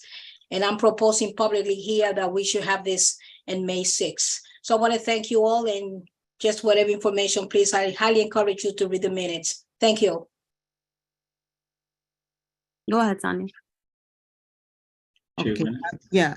Oh, thank you, Angel, Catherine. Yeah, I just wanted to again thank for that flexibility and that the incident had just happened and the ability to open it up to allow people to speak on the train incident. I wanted to just say, yes, in addition to that the news conference with Rosemary, there was also Uptown Youth Power that also held their own this Saturday before this past one. Where the youth spoke about on their own voices about, as Aisha was talking about anti-Blackness in our community. We had both youth talking about their experiences with it, as well as adults, and also adults who had children in the system that also experienced that. So I would behoove this board, I know that we do this a lot internally, but I would behoove us not to dismiss the concerns of the community around this issue of anti-Blackness. It is real. And I would like us to, to give honor to those who experience that and acknowledge, even if it makes us uncomfortable, it is what it is, and it happens. It's happened to me, and it's also happened to it happened before, including the incident where the youth were chasing the Black guys with bats and calling them the N-word a couple of years ago. So, we've been here, we've been there, and we need to acknowledge it, and it doesn't matter that they were from Queens or not. It happened in our community, and it also brought up memories and harm and visceral damage in our community. And to not dismiss what the community is saying, including our youth, because they're speaking in their own voice about their experiences. And it's not jumping to conclusions. It's real, and I would like us to stop doing that. And thank you again.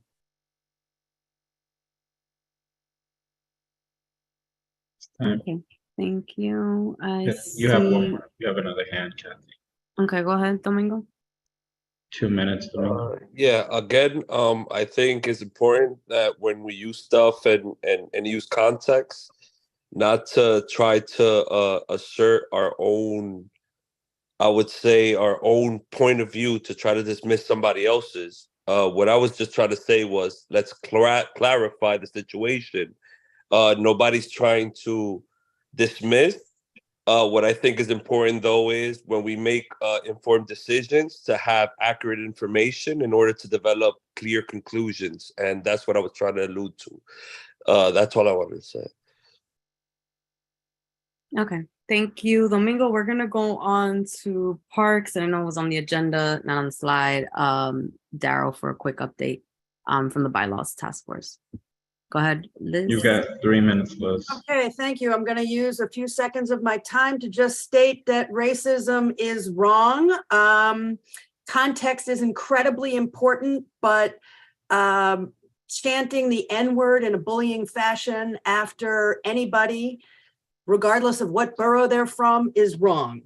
So on to my report.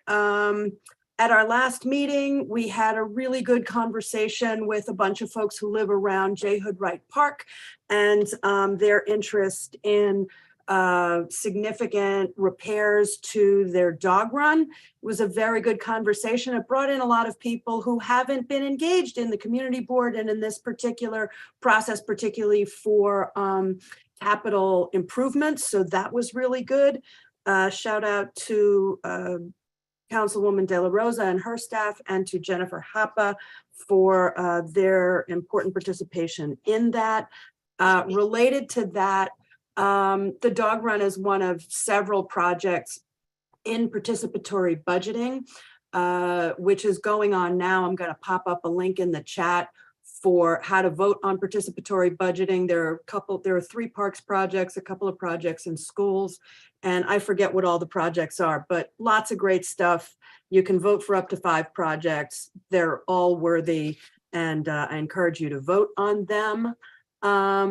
Jennifer Hapa is leaving her current position. She will be moving on up in the Parks Department as a Chief Strategy Officer. Her current position has been posted, and no one obviously has been hired yet because it was just posted. So as soon as I have an update on that, I will share that with you. With respect to the Bonifant, as was reported in the last couple of Parks and Cultural Affairs Committee meetings, they are on target to open in June. And as part of their required, the RFP that resulted in them getting that concession, they are required to have affordable options. So while there may be some high-end dining options there will also be affordable options. And while the facility will be available to rent for events, it is also a functioning, or will be a functioning, restaurant. Our next meeting, the information on the back of the calendar is wrong. I had a bunch of just announcements, and those somehow got posted by the office as agenda items. They are not. The 2 items on the agenda for our next meeting, which will be on April 18th, are a report from Guillaume Keinst, who is the executive director of the Hispanic Society Museum and Library. They are, by the way, currently on strike. They went out on strike on Monday morning. Hopefully, Guillaume will have some good news for us when he gives us a report on the 18th. And the main focus of that meeting is going to be enforcement, PEP, and all of that good stuff. And thank you so much. Okay, any hands for Parks and Cultural Affairs? Chamirna. Hey, the last part you mentioned PAPS. Sorry, I didn't quite get the last statement. Oh, PEP, Parks Enforcement. So our next meeting is going to focus on enforcement and quality of life issues in all of the parks uptown. So we will have as included as panelists, representatives from the Parks Department, Parks Enforcement Patrol, both precincts, the FDNY, On Point, New York. I think that's it.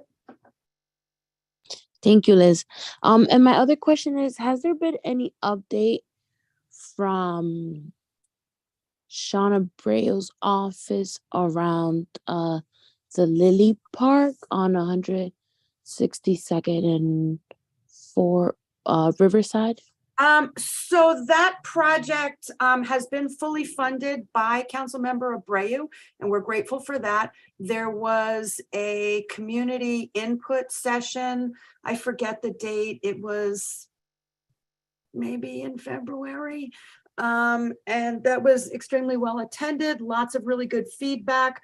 But there were some concerns that some of the folks who live in that neighborhood who either don't have access to the internet or who do not speak English were not able to participate. So Parks and the designers had a second public input session, and the folks at Word Up made their space available. And they had projected, so people who didn't have internet access were able to go to Reclamation, which has its facility like a block away from the playground. So there was more good input. The designers are going to come back and take all of that information and come back with a design which they will present, I think, in the fall. And that's time. If you have any questions, you can reach out to me directly. All right, thank you guys. Next up we have Daryl. Is he? Yeah. Yeah, I'm here. Thanks. Terry, 3 minutes. Thank you. Just a few things for the next meeting. The bylaws task force will be discussing special elections, the end of Article 8 in the bylaws, as well as Article 9 about removal of officers. And if we have time, we'll tackle some of the different types of meetings that we have in Article 10. And our meeting was moved because of the holiday, so it is now on April 19th. All right, excellent. Thank you, Daryl. All right, so that brings us to new business, of which we have one. Liz, you want to walk folks through and the new title for this resolution? Sorry. Do you want me to share screen? Yeah, you should be able to. Okay. Hold on a second. Let me just get this. So the Hispanic Society, as I mentioned, is on 3 minutes on the clock. Is on strike. Can you hold on just a second? Because I want to share screen. Sure. There we go. Whoops.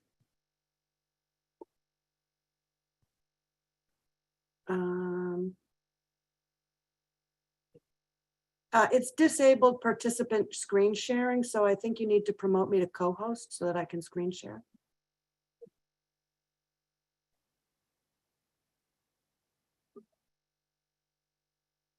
Go ahead. There.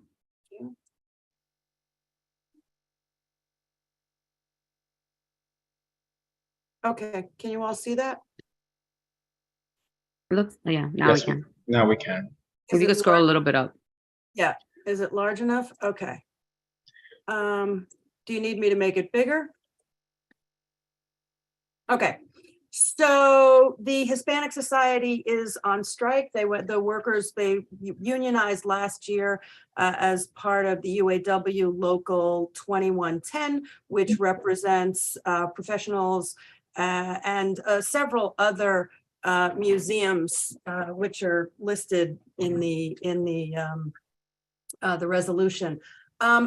Based on some feedback that I got earlier today after this was shared, it was pointed out that it's not appropriate for the community board to take a position strictly in favor of, striking workers or frankly management. But it is appropriate for us to take a position hoping that that they come to an equitable agreement. Obviously, we love the Hispanic Society, and it's been closed since January of 2017, and we were all looking forward to the reopening.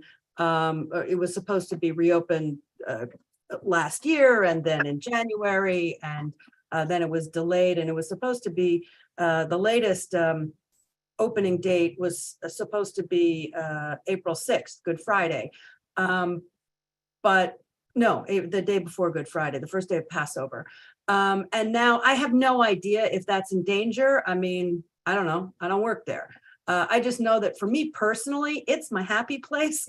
I just want to go back and see these great works and see that this incredible treasure continues to be available to the community. So let me know if it's okay to scroll down. I've got the first whereas, which talks about the museum, the second whereas, which speaks to several resolutions that this board has passed either unanimously or overwhelmingly that support the museum in various ways.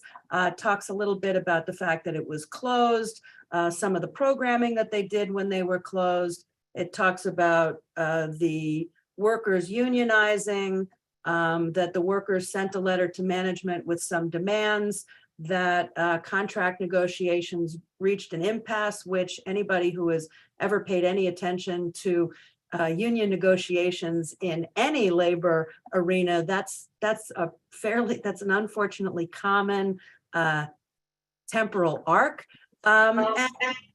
And the final resolve now reads Community Board 12 Manhattan. And it says that twice, so obviously I'll delete that. Calls on all parties to work toward an equitable and mutually beneficial solution. Urges the HSML management and board of trustees to negotiate with the union so employees can return to work and the museum can open to the community. Questions? I hope. This doesn't feel controversial to me. I hope people support this. Are there any questions? And do you want me to kill the screen share so that people can go back? I would say leave it on just in case there are questions on the text. Go ahead, Michelle, and then James. You've got 2 hands. Michelle, you have 2 minutes. Thanks. Hi, Liz. Thanks for this resolution. I was wondering if this the Hispanic Society is currently open right now. I was trying to go at some point and was unable to. No. It seemed closed to me. But it didn't seem like it was because of the labor issues. It seemed like it was because of renovations that is going on. So the museum closed on the museum's last day was December 31st, 2016. They have been closed since then. They've had certain things open for like special exhibits. They did open up the East Gallery. They've done some stuff on the terraces, but yes, in fact, it is closed. And we were looking forward to it reopening next week. And I have no idea if that is actually happening. Got it. So at this point, you think the reopening is delayed by the labor issue versus they're still doing renovations? To be clear, they were scheduled to reopen on April 6th.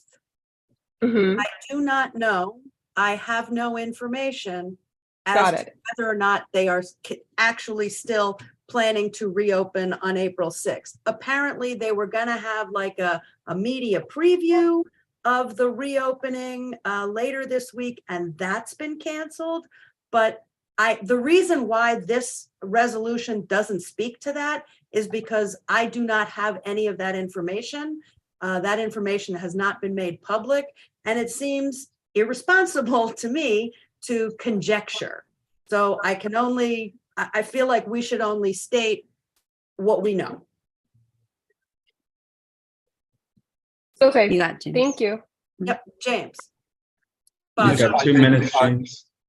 I support the workers, but I too was wondering if it's appropriate for the board to take a side on this labor dispute.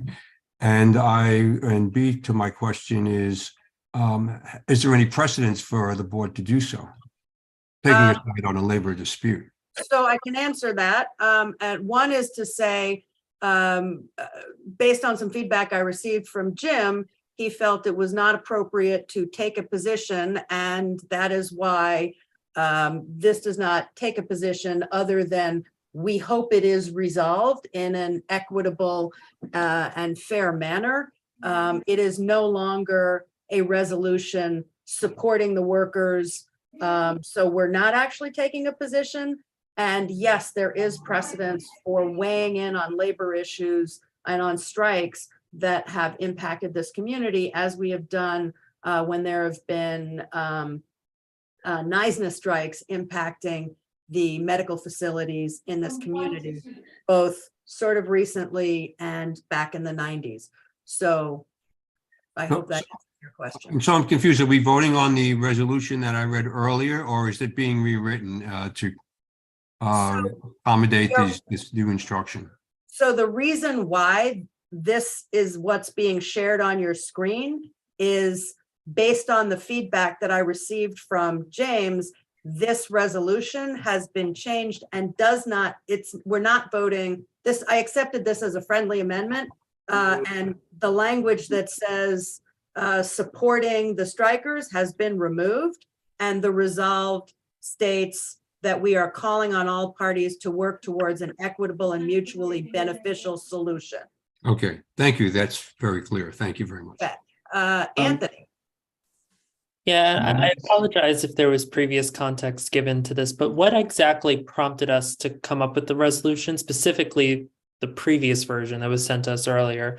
Was it that the workers' organization reached out to us and asked for this resolution? No, the workers' organization did not reach out and ask for this. As I said, I love the Hispanic Society, and I'm really bummed that this is happening. I mean, it is sad to me. I have other thoughts, which I will keep to myself because they are not germane to this. But no, this was not a request by management, and this was not a request by the union. This is me being sad. Catherine. Yeah, I just wanted, I think Aisha was next, but I just wanted to clarify actually around the nursing strike and like precedent. We actually never voted on it. The one that happened recently, it was discussed and it was the same conversation around, where we as a board are a, quasi-independent, if you will, city agency.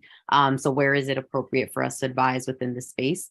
And that was when the nursing strike conversation was happening. There were several other members also, wasn't just Jim at that time, that felt like we, as an agency that works with all parties, doesn't necessarily take a side in terms of labor disputes. So just adding that there.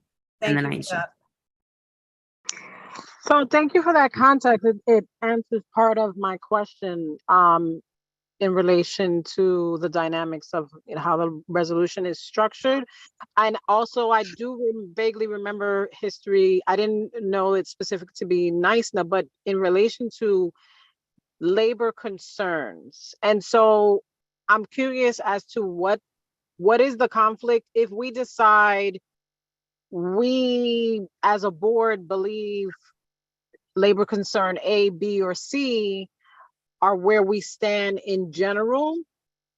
And in this context, the workers are asking for, respectfully, the right supports for A, B, and C. What would be the conflict to say we would like to see A, B, and C in a resolution form that whether it's picking a side or not would support whether it be management or the workers? I'm not sure what the conflict is there. I hear that. Liz, if I could answer that, since I happen to be the parliamentarian. Thank you. Well, if you don't mind. I do mind, actually. Well, sorry.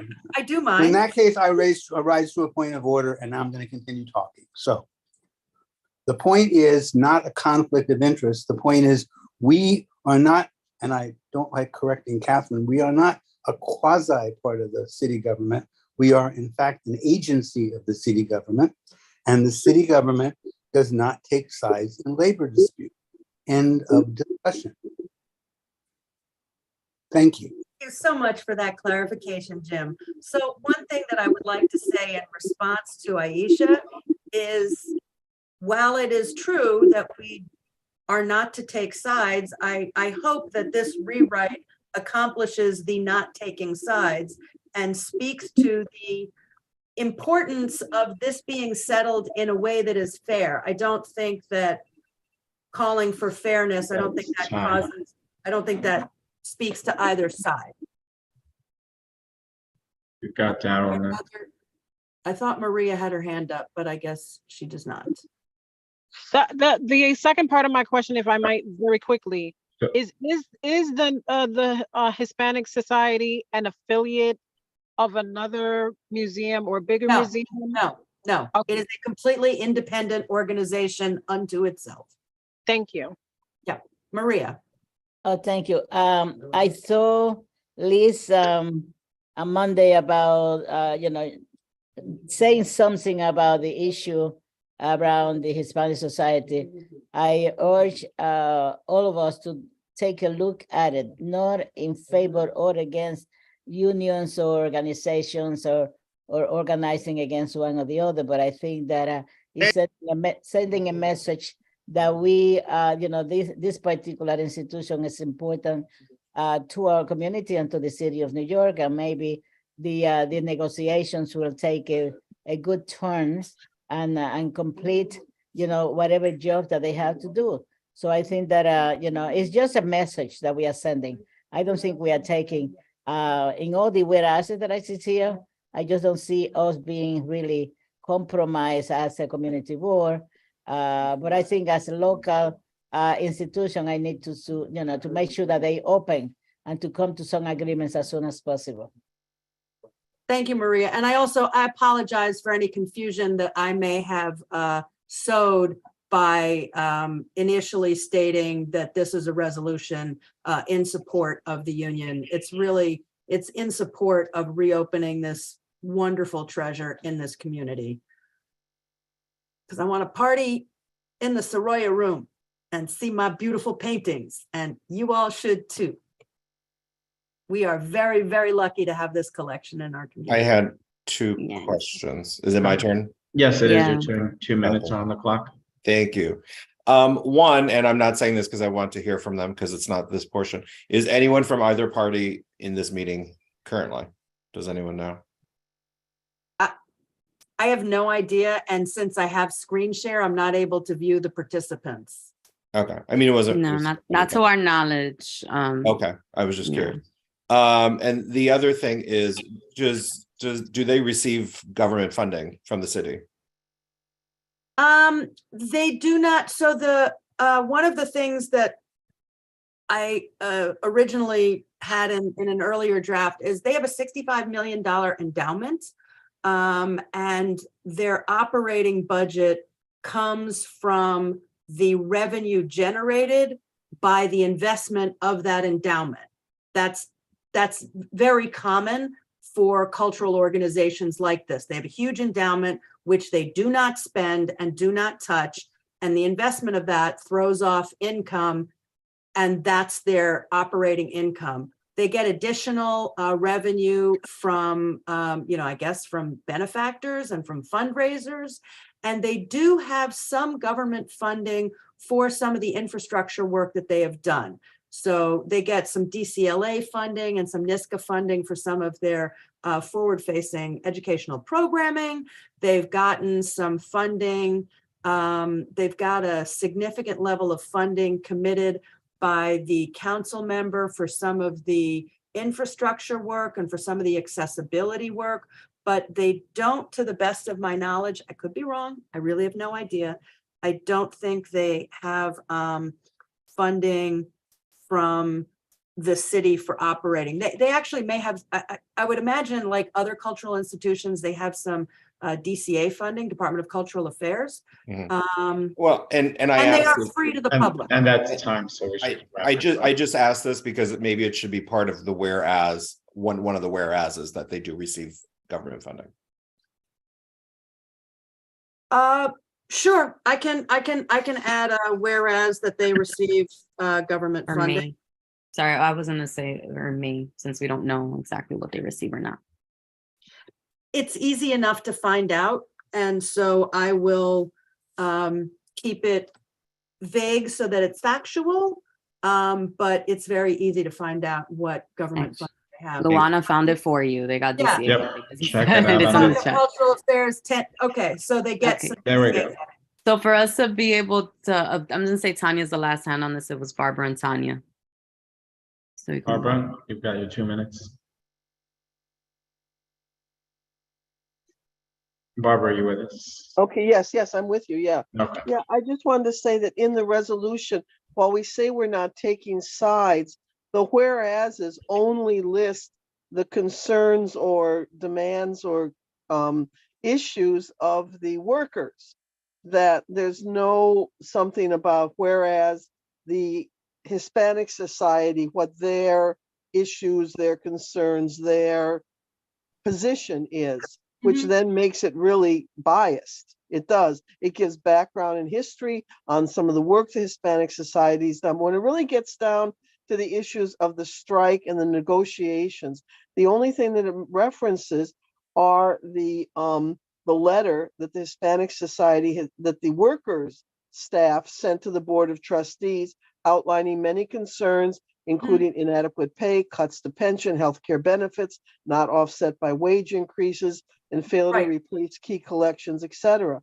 So we're at that, by having it written that way, that puts forward that implicitly we're endorsing or taking sides on that. There's no whereas the Hispanic Museum has felt budget Right. No, I crunches totally hear you on that. And I struggled with that.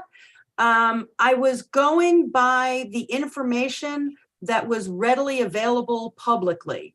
And because the Hispanic Society management hasn't made any, like in other strike situations, it's not hard to figure out, this is what's going on here, this is what's going on there, and the truth is always a little bit in the middle. So I tried to be as vague as possible, but the Hispanic Society board and management haven't really responded to anything in any way. And so I don't really know what to do with that. So, I tried to keep it vague and neutral. And in the end, if you do not support this, then don't vote for it. Yeah, I think it's a little too prejudiced. Okay. I love the Hispanic Society, but I think that I hear you, but we're out of time. You're right. Barbara, we're out of time here, Barbara. Thank you. Me? Yes, you have your 2 minutes.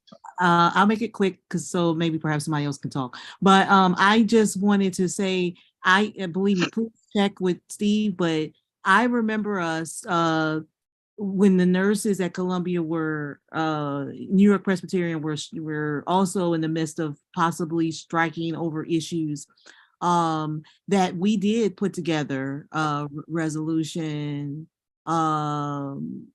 regarding certain aspects of the needs of the hospital, the needs of the nurses, and how that could impact our community, if my recollection is correct. And if anybody else is on that committee that might also know.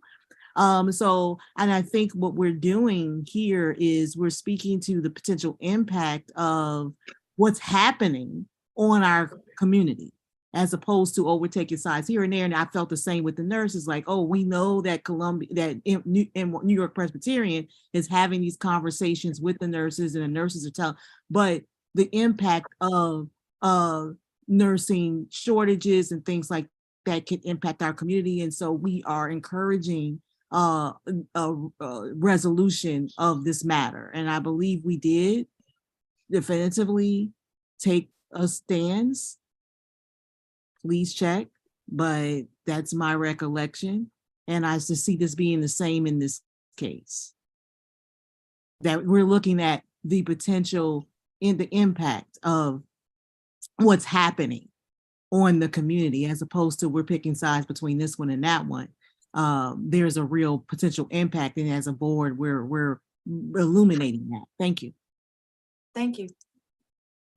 Okay, I know I said Tanya was the last hand. I know you want to put info in the chat. Is it that you want to say that on the record? And I haven't. Yes, if I may, if I may. With the final wording, I'm also a fan of the Hispanic Society. They do important work. I have friends that are employed by Hispanic Society, so I'm very sad for them. But I think if it's possible, if we are changing the wording, we have to be cautious as to not put the onus on any of the parties. So if we're saying that we're calling on all parties to meet a mutually beneficial agreement, that's fine. But I'm not necessarily comfortable with the wording that says urges management and the boards of trustee, because then it might be read or interpreted as us taking a side with management and board of trustees if we're singling out just one part. So I'm more comfortable by saying that all parties reach an agreement rather than singling out one part or the other. So, okay, I mean, I went with management and the board of trustees because the original thing had been like from the union to them. But so you would, and urges, wait a second, let's go with all parties to negotiate. Yes, and also thank you, Liz, for putting this together as well. To negotiate in good faith. Yes. Exactly. Yes, that's exactly what I meant, in good faith. So employees can return to work and the museum can open to the community and we can all party on the terrace.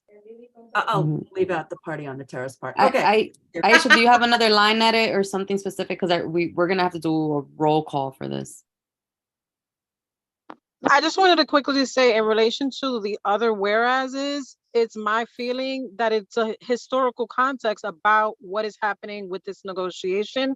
So I don't feel like it so much sways in one direction or the other. It just provides that context, but it also provides context about the history of the institution, what it provides the community, etc. So I feel like that also bolsters it up on the side of the institution itself. Just my thoughts. Okay, thank you. And to be clear, so what's up on the screen is the final reso, except that I will be adding another whereas that says, whereas they receive, the NISCA money. I'm not gonna put the exact amount because we don't have the exact amount. So I'm just gonna say funding from, NISCA and DCA. And if there are any other streams of revenue that are, I'll check also to see if they get any city council funding. Okay, I'm gonna kill the screen share so that we can see each other in gallery when we vote. And thank you all for this conversation. Thank you, Liz. So I'm going to start off with our roll call for the resolution that Liz just shared with us. So starting with Joelle. Yes. Thank you. Marielle. Yes. Richard. Yep. Thank you. Mary. Yes. Jay. Abstain. Thank you. Jacob. Yes. Thank you. Wayne.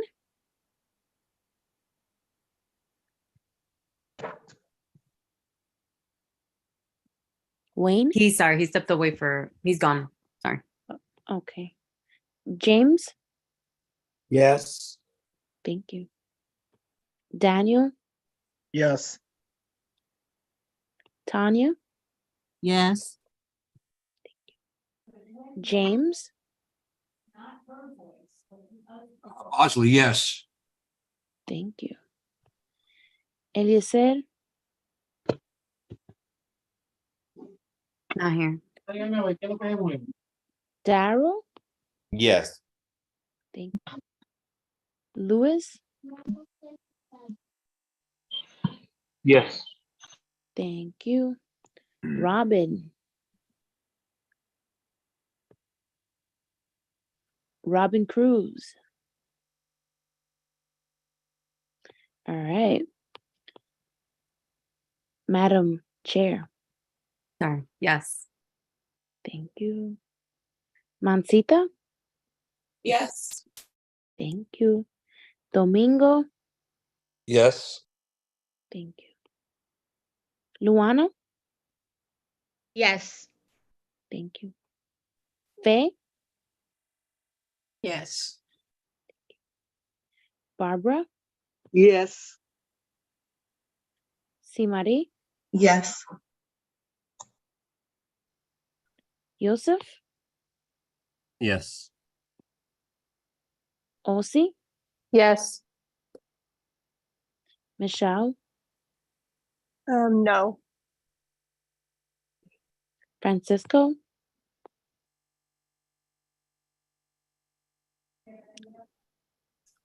Francisco, Still here, but I would say keep going. okay. Liz, Yes. of course. It makes It's sense. silly if I voted no, right? Maria Luna, Yes. Emily, Yes. thank you. Isidro, Yes. thank you. Deborah,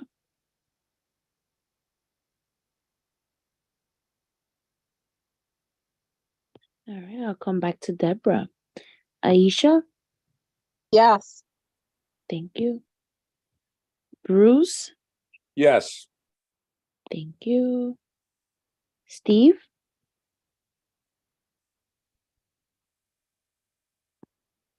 He's not here. okay. Angel, On you. Yes. thank you. Anthony, Yes. thank you. Jody, Yes. thank you. And I myself, I'll vote yes. Hey, how about me, Carl? You understand I'm here, right? Carl. All right. Yes. Okay. Sorry, Carl. Go ahead. When I first took attendance, you weren't here. So tell me your. Yeah, don't worry about it. Yes, just go along with that. Okay. Thank you. All right.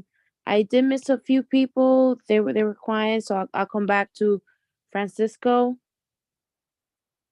and Wayne. No, Wayne left the meeting. Okay. All right then. Thank you all. Me, I say yes, Robin. Thank you, Robin. All right, Okay. thank you. All right. Thank you so much, and Liz, for that super quick turnaround on this reso. Thank you. All right. Is there any old business? Go ahead, Marielle. Thanks, Kathy. Yes, I just wanted to follow up. I know during the executive committee, we talked a little bit about the task force that's being pulled together for the inclusion, to follow up on the inclusion resolution in that discussion. And I understand, that we were looking for 5 members to put themselves forward. One, I wanted to see if any other members have put themselves forward to participate in that. And if not, then my plea is here. It's really important work. And just, not just in context of the unfortunate incident that happened on 181st, but obviously it's something that is also very near and dear to me as someone who is both Black and Dominican and have seen, a lot of stuff happen within my own family. And I'm born and raised in this neighborhood. Anti-Blackness is real, and it happens. And, I think it's important that we address some of this. And so I just wanted to put a call out there for colleagues to put themselves forward to be a part of the task force. Thank you. Thanks, Mario. Yeah, that's exactly it. The call has to go out. Again, we don't have any new signups. I guess Aisha, Emily, don't know if those are sign up hands. So I was just gonna say, I think I saw something about that. This has been a very trying month for me for many reasons, including having 2 friends pass away that I went to 143 with very long time ago. But I am definitely willing to participate in that effort. So I just wanted to put that forward. And I will send a formal response to the email that was sent out.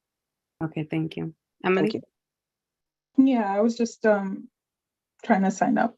So I guess I'll look for the email. My email is very full. Thank Okay. you. All right, no problem. All right, cool. Is there a motion on the floor? Liz Ritter, motion to adjourn. Is there a second? Second. Second.